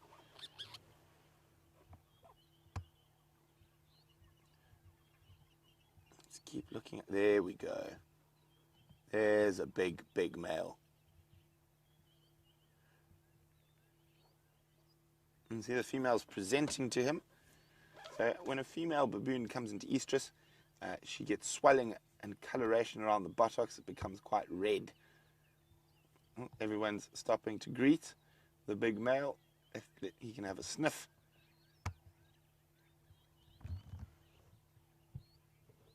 Oh, that game is on again.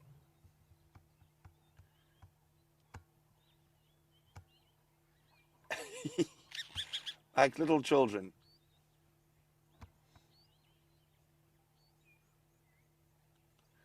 Now they're very, very cautious about where they drink.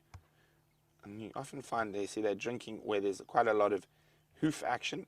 So there's little puddles in there, so they don't have to go right to the edge of the main body of water. They are very, very conscious of crocodiles.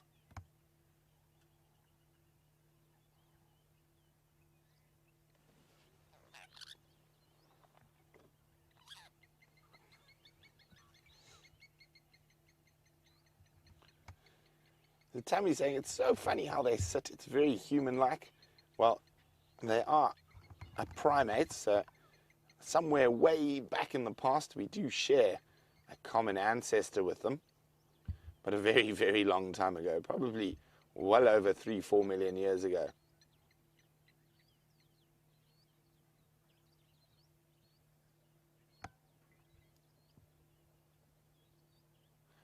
Oh, look at that baby. hanging on for dear life to mom's chest. Now, that's one of the things I love about baboons, the babies and where they hang on. And as we saw, sometimes they do ride cowboy style on mom's back.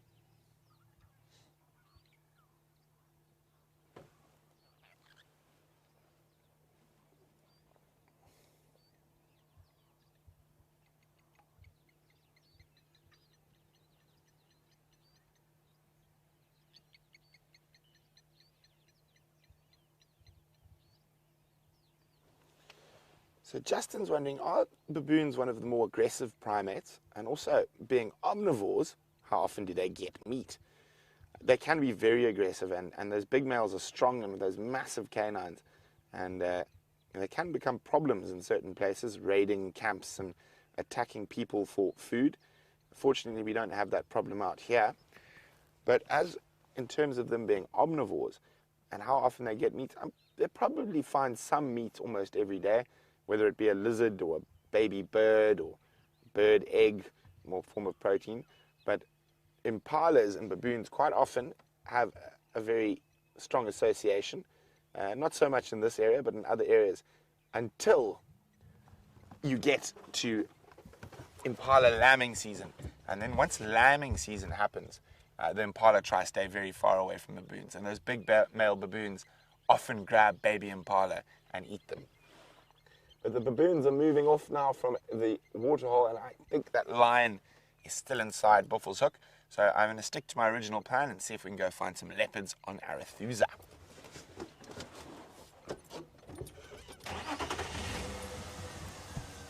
So while we leave these primates that are wandering around on all fours, let's go to another primate who's wandering around on two legs.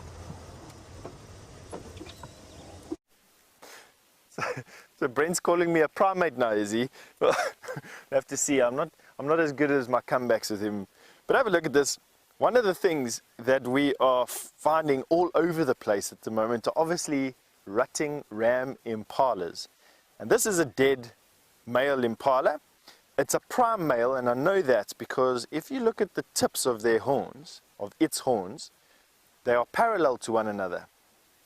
The tips. If they were like this, it would be a young male impala, and if it was like this, it would be an old male impala past its prime.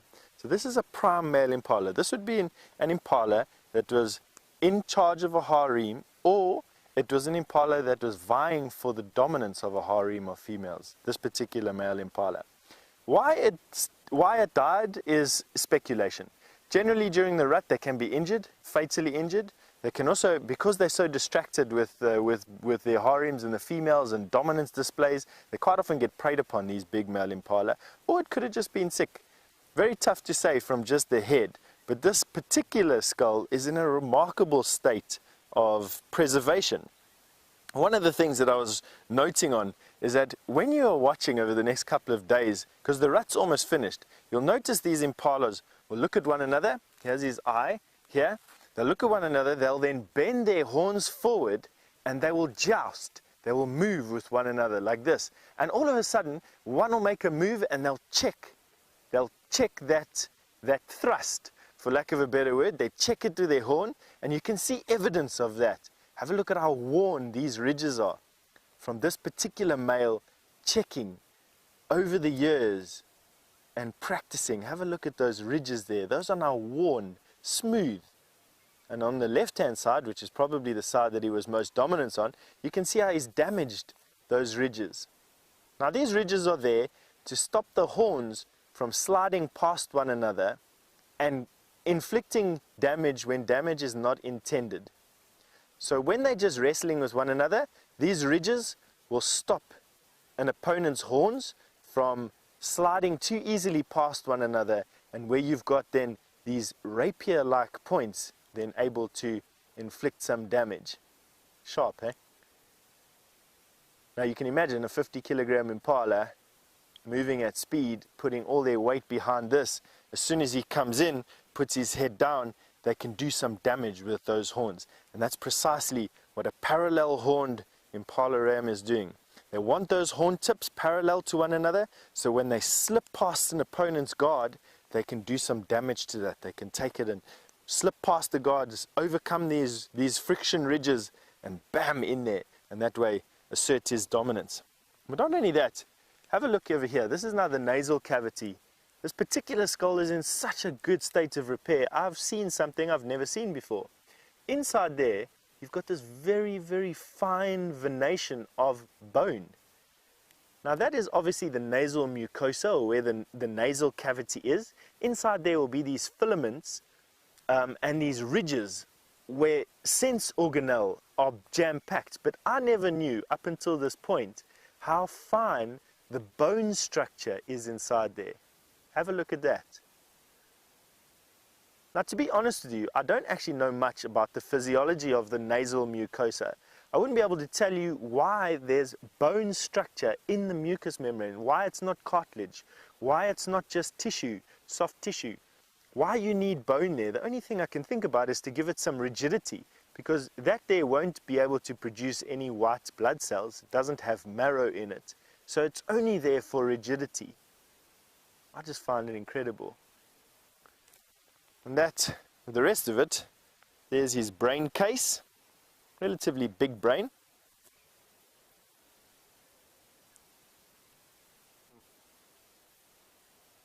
I just love finding things like this. Interesting, eh? That's the horn of a full-grown male impala on the end of this, or in this seepline area. It's quite possible that he died fighting.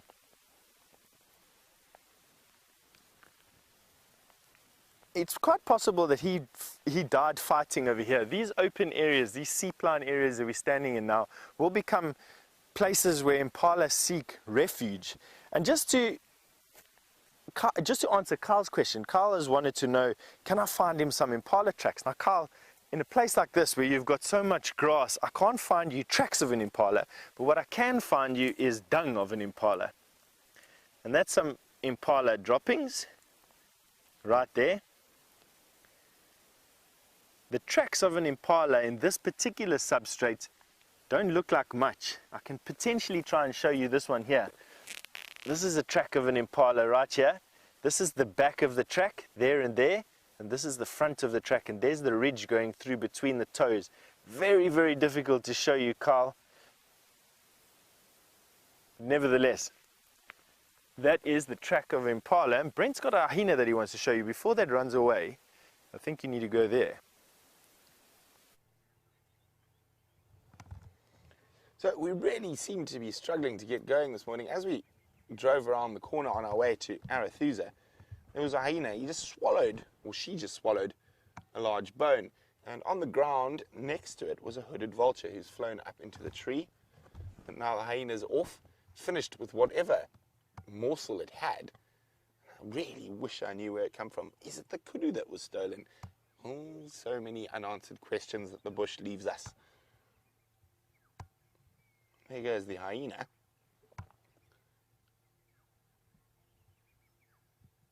Just double checking that there's nothing else around. And then what we saw before we saw the hyena, VM spotted that hooded vulture that was sitting on the ground next to the hyena. There we go. Now you can see the smallest of the vulture species and that very, very distinct face. Now if you've ever watched any sort of old British medieval comedy, particularly the Blackadder, the hooded vulture always reminds me of sort of the gallows keeper. They wear that weird leather hood, but they've got very, very fine little bills, so they're unable to sort of open carcasses, so they specialize in picking up little scraps. I think we're going to move on and let that vulture come see if we can find any scraps that the hyena left, and hopefully we're going to keep moving through and trying to get an update on the Salah hash. So hopefully I'll have some good news for you shortly.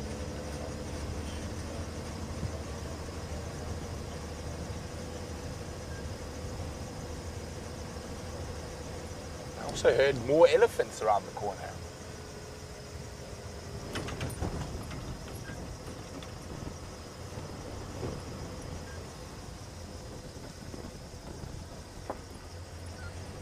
So, as I said, baboons are, being a primate, are actually quite smart, and they do figure out that there's food in the camps, and Jen's wondering, will they start raiding camps for food? Fortunately, we've got a very good system, so all the rubbish and that goes into a cage, and that's to stop baboons and hyenas in particular starting to associate the camps with food. So if they're unable to get that food, they generally don't become a problem. So that's why all rubbish, all food is always in a very secure area. It's so monkeys and baboons and hyenas don't start associating the camps with food.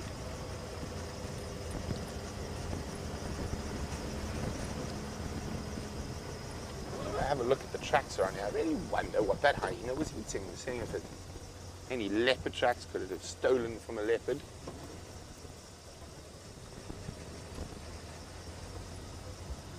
Oh, let's jump across to Jamie quickly, who's got baboons shouting.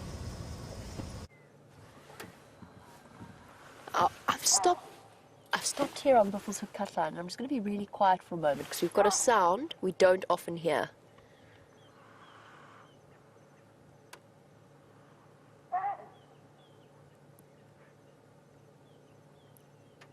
Male baboon barking out in alarm and probably anger. There they are, racing across Buffelshoek Cutline. It's wonderful that we're seeing more and more baboons, but the reason they are so upset today is that, of course, an Nkuhuma lioness has caught one of them. Relatively unusual, not unheard of obviously, but relatively unusual for a lion to be quick enough to catch a baboon whilst it's on the ground. But that is what's happened, and that's why this baboon troop is so upset, and why that male is constantly bow, bow, calling across the, and it's echoing perfectly across this ridge. Let's get a little bit closer, because there's a chance that there's still a lion there that's upsetting them. Monzi into Torchwood. Isn't it amazing just how many more baboon sightings we've had in the last few weeks? Far more than we've had in the last year combined since I've been here. And I think that that's going to continue. I think they're going to start pushing further in to Djuma. Our baboon's distribution is very much, in most cases, dictated by the habitat that it's in. They need nice, safe sleeping spots, which means very tall trees or cliff faces, where they feel secure enough to settle down for the evening, out of reach of things like lions and hyena, but also from leopard. And that's one of the reasons why we haven't seen that many in this area, since we don't have a big river system with some of the old large trees. We've got a couple around the Mulwati drainage line, but not all that many. There he is, sitting looking like, oh, he's running.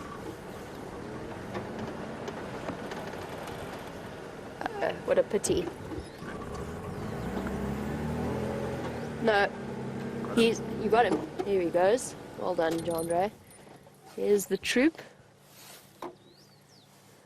So this group not quite as comfortable as the Sydney's Dan Sandy Patch group. They're still very, very nervous.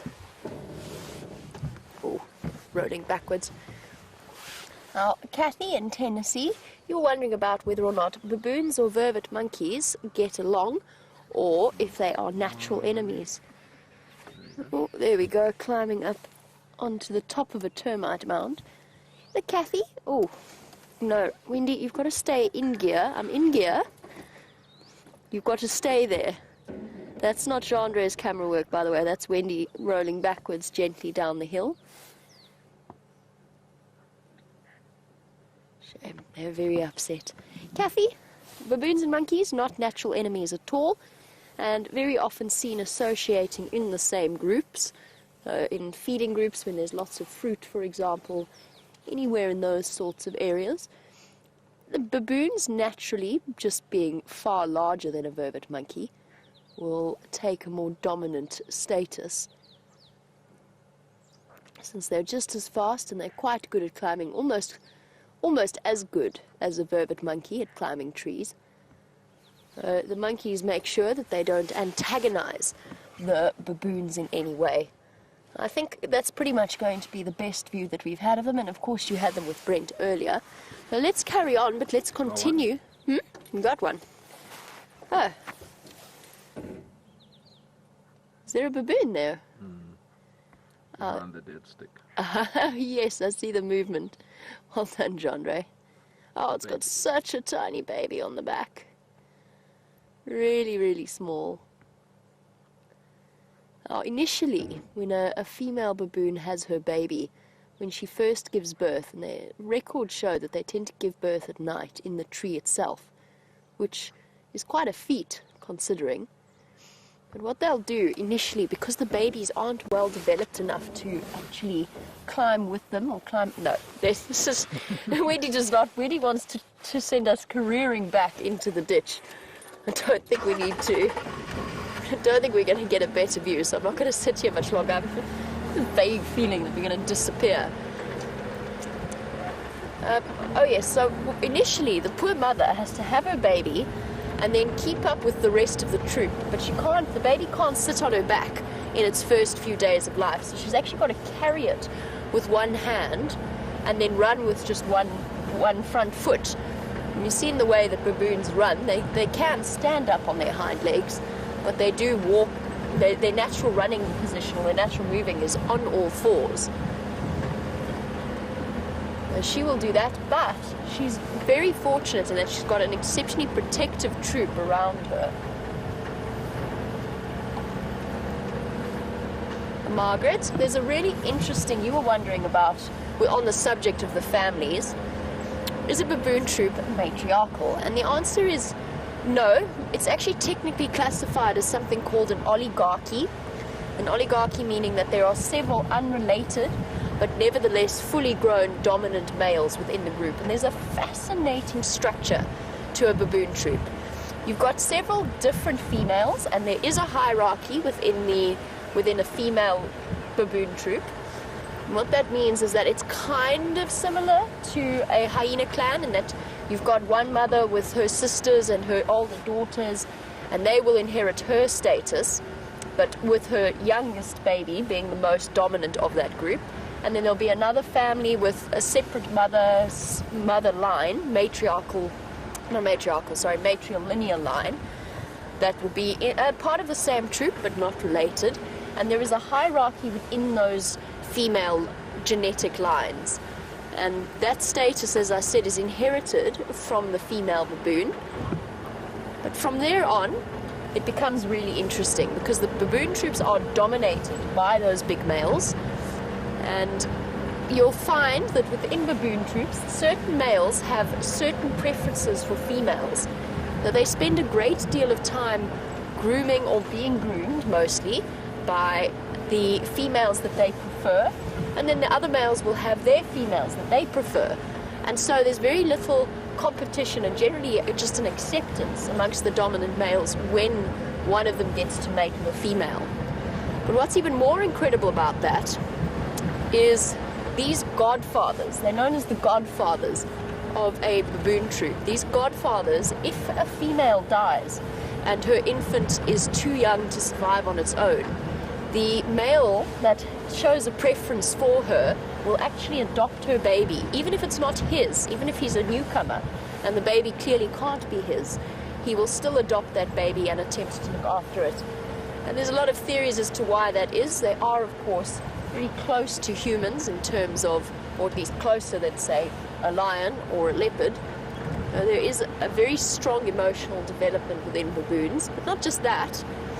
There's also the chance that he will curry favor with her daughters and with that particular family line, that particular female line of baboons. So it might be to his advantage as well. But in that sense, they truly are an interesting group to study.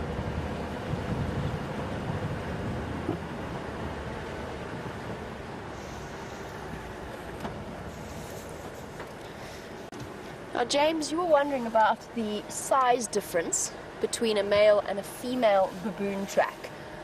Now, in body size, a male baboon is twice the weight of a female. They're much, much bigger. There's a huge sexual dimorphism there because of the competition to enter into different troops and to have mating opportunities, but also because the males act as defenders of the troop. So, in essence, a male's track will be close to double the size of a female's. Finally, there you are. Where have you been hiding?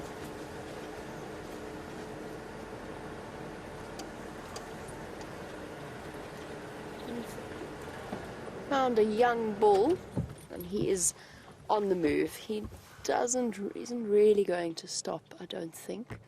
Let's just give him a chance to decide where he wants to go. Because we're behind him, I don't want to pressurize him. Now, before we start chatting about the Ellie and while he's hidden away, just to finish off with James Richards' question and to broaden it ever so slightly, the track's being about double the size, but then also there's a slight difference in the swagger, the way in which they walk. The males often swing their back legs right out to the outside of their front legs. And then in a more broad term, just to finish off talking about the size difference, a male has a canine of about 2.5 inches long, incredibly long teeth, as long as a leopard or a lion, if not longer. Females do not have that in any way. There's a very, very large sexual dimorphism. Just sit for 1 second.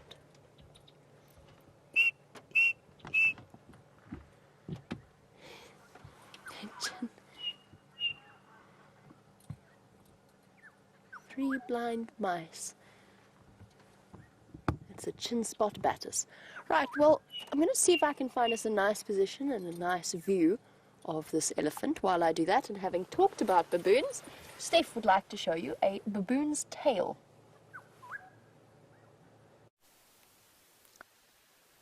So from baboon tracks and baboons to a baboon's tail. Now, this isn't a baboon's tail that we've planted in here. This is actually a plant called a baboon's tail.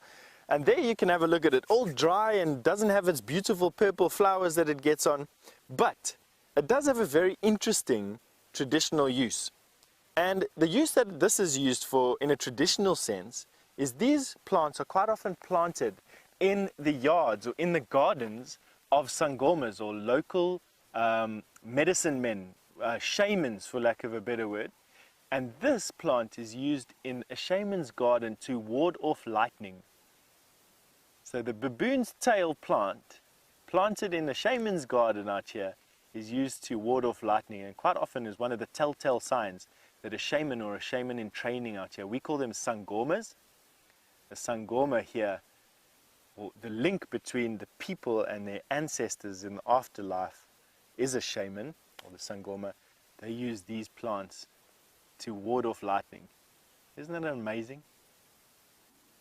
Now, we've reached the crest of where we are, and I must say it's probably about as dry for animals as what the valley was, as what the drainage line was. The only thing that we're hearing constantly is we're being pushed further south by a herd of elephant that is busy coming up behind us. Now, generally speaking, I would say let's wait and see what we can with these herd of elephant. But as you can see where we are now, the bush is absolutely not the best place at the moment for an approaching elephant herd. We've only got roughly 20 yards or 30 yards of visible bush open to us, and with the screams and the trumpets and the rumbles and the grumbles that are coming from this particular elephant herd, we're just slowly making our way away from them rather than making our way to them.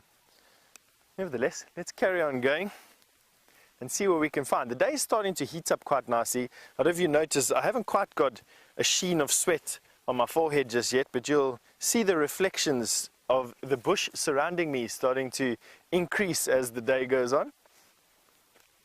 It's probably going to be one of those typical autumn days where it started off nice and crisp in the morning and it ends off as a baking hot day around about 25 to 30 degrees centigrade. Coming back,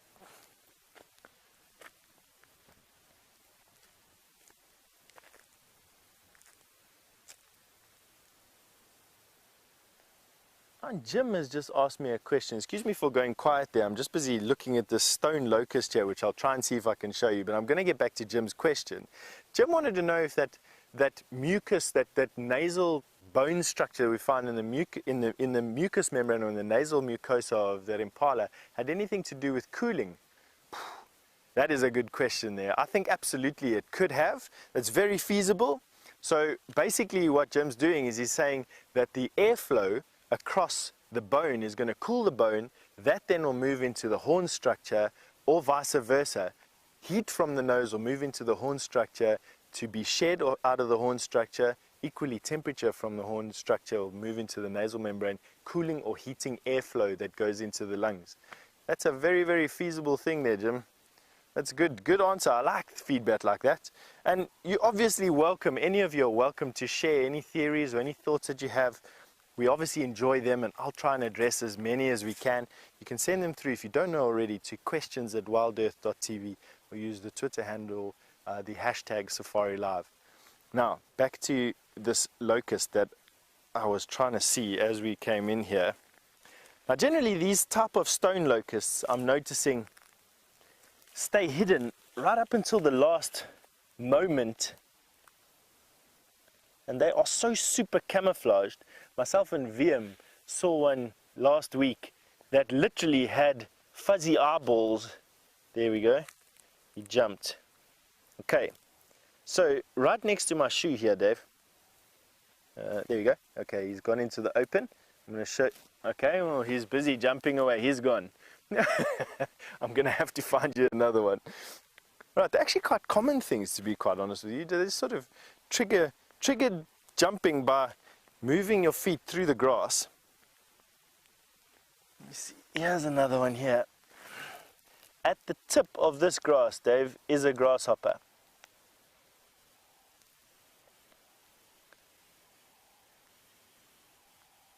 Can you see it? I think you're keying your mark.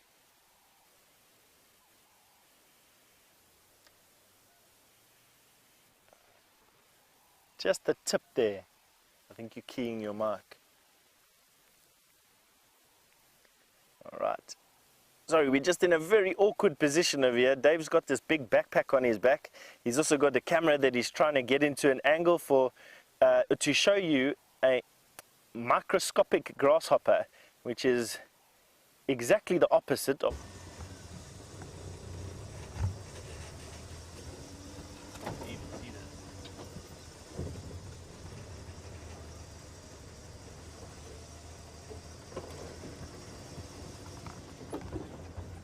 Guys, we've unfortunately not found Salaheshe, but we've got the Salala Pride here. And it looks like they've spotted something in the little river system up ahead. And they've gone into stalk mode. So we can only see 4.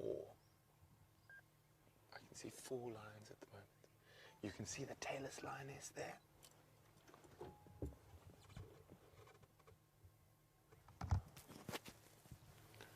So I'm just speaking very quietly, trying to figure out what they might have spotted.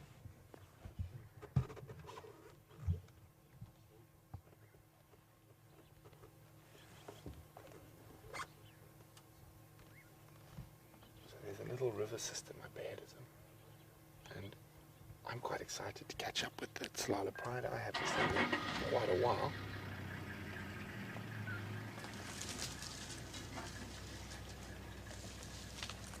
Maybe they've heard something, maybe not seen something.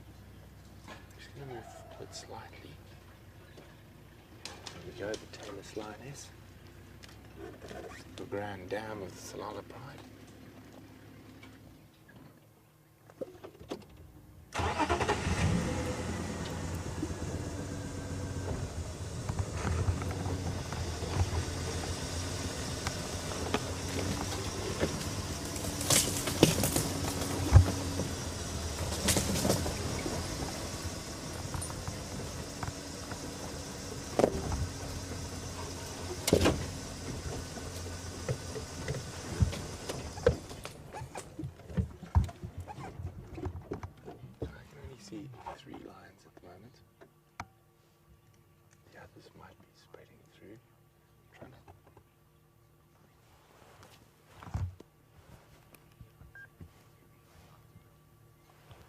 So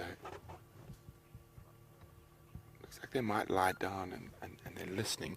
So we've got the young male at the back. You can see the other female just ahead, and the tailless females laying down behind a bush. There are some impala rutting that I can hear not too far away. That could be possibly what they're interested in.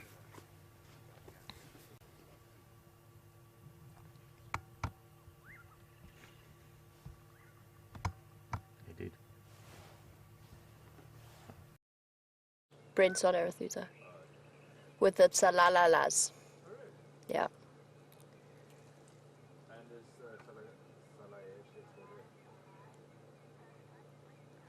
Oh dear. And it seems as though I'm going to have to redirect the camera there so that we can finish off with the test. Brent disappeared off your screen, and we were just busy testing things with the radio and sorting cables out. So Jean-Andre wasn't even on the vehicle then at that point. He was trying to fix stuff at the back. We do apologize for that. I'm glad to see that Brent has found the Tsalala pride. We can. Are you ready, Jean-Andre, now? Sort of, kind of.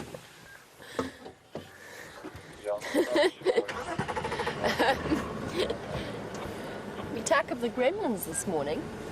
Okay, Jean-Andre is on board now, vaguely looking a little bit flustered. I'm going to send you back over to Brent and his lines, and he can tell you the story of that injury that Tristan showed us the pictures of on the young Tsalala male many months ago. So apparently there's some giraffe as well on the other side of the crest. Sorry about that, we just needed to change camera batteries.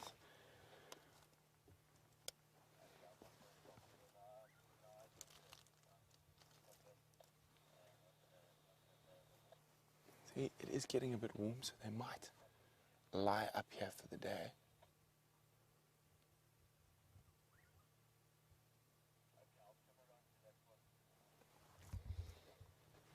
There's one of the young males. So I just spoke to the other guides when we disappeared there. It seems like it's not the full pride, just these three that are here.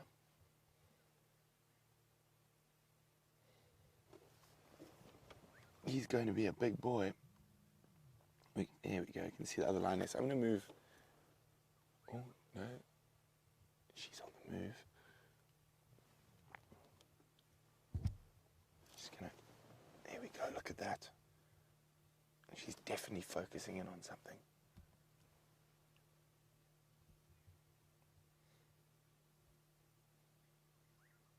I'm still looking. So I heard there are some giraffe over there, and there are impala, and being around a little river system, there might be a nyala. But in this area, it literally could be anything.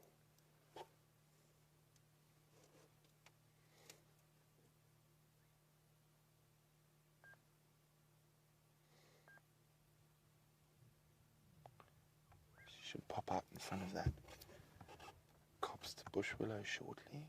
There she is.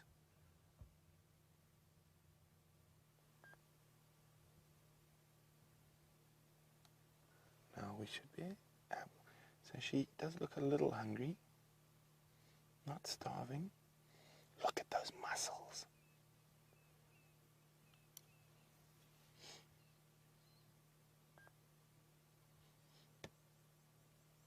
Isn't this just spectacular?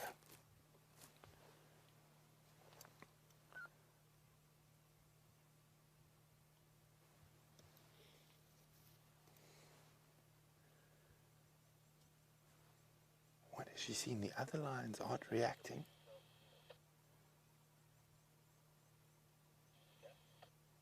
Now watch how carefully she places her foot when she's stalking to try and minimize any sound.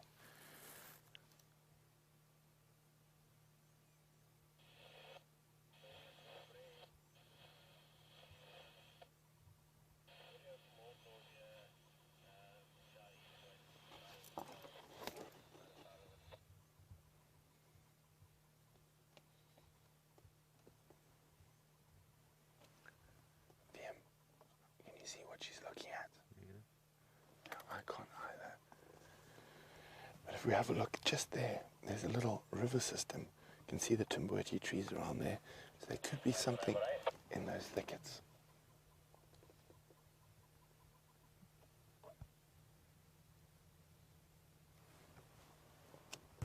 You have a visual on the bobcat. Do I have? A visual on the bobcat. Yes. Oh, the young male. No, or some people. Oh, the stumpy tail. Oh, Vem's now nicknamed the tailless lioness, the bobcat.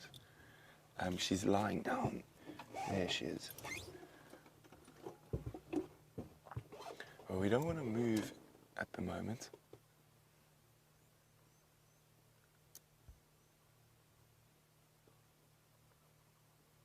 Now, we did hear some impala ratting.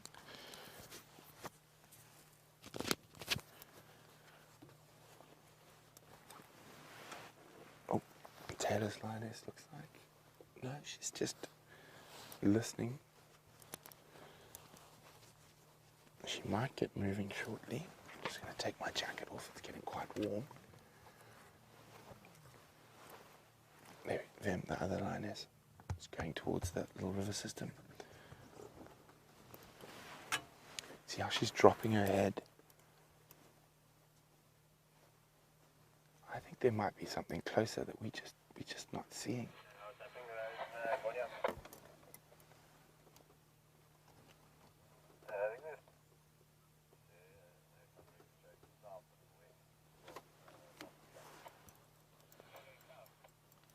Isn't that just the most incredible thing? You can see those muscles, that sort of latent energy.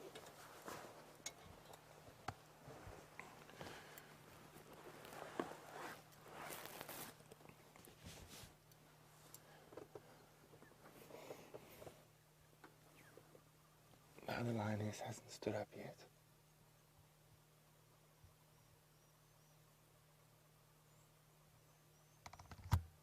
Now, for me, it's quite incredible that I used to watch this pride back in the mid-2000s in the center of the Sabi Sands. And the mother of the tailless lioness we see now was also tailless. It's just incredible. I mean, the odds are so small.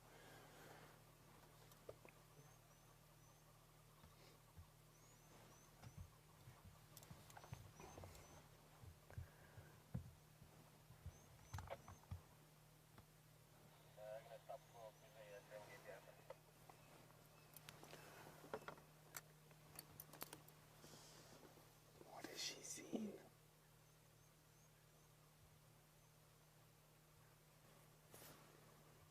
Now, still no movement from the others. They're just watching her intently.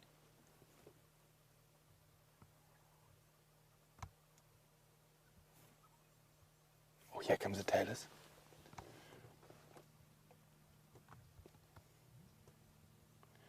As VM is nicknamed the bobcat.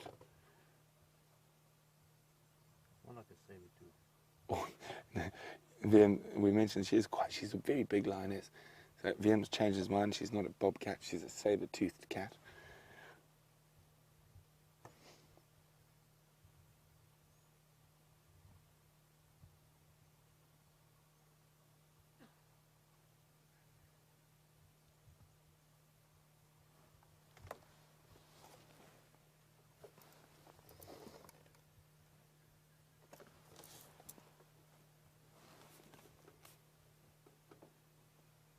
Very interested in something on the other side.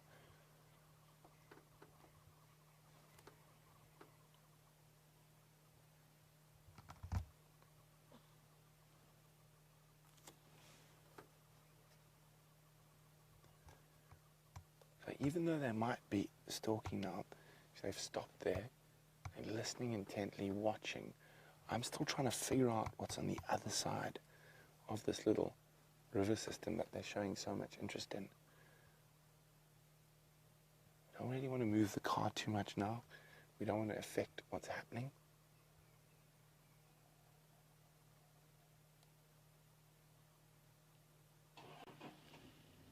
But it looks like they've gone flat, so we will move in a little bit. I just want to wait a few more minutes.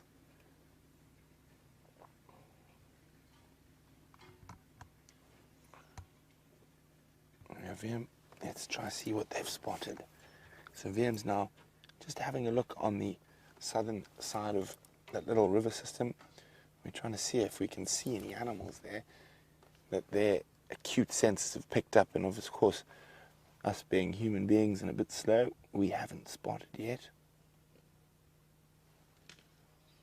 Now, there might look like a bit of a heat haze in the camera, but it's not because it's hot, it's because the engine is hot and VM is just zooming in directly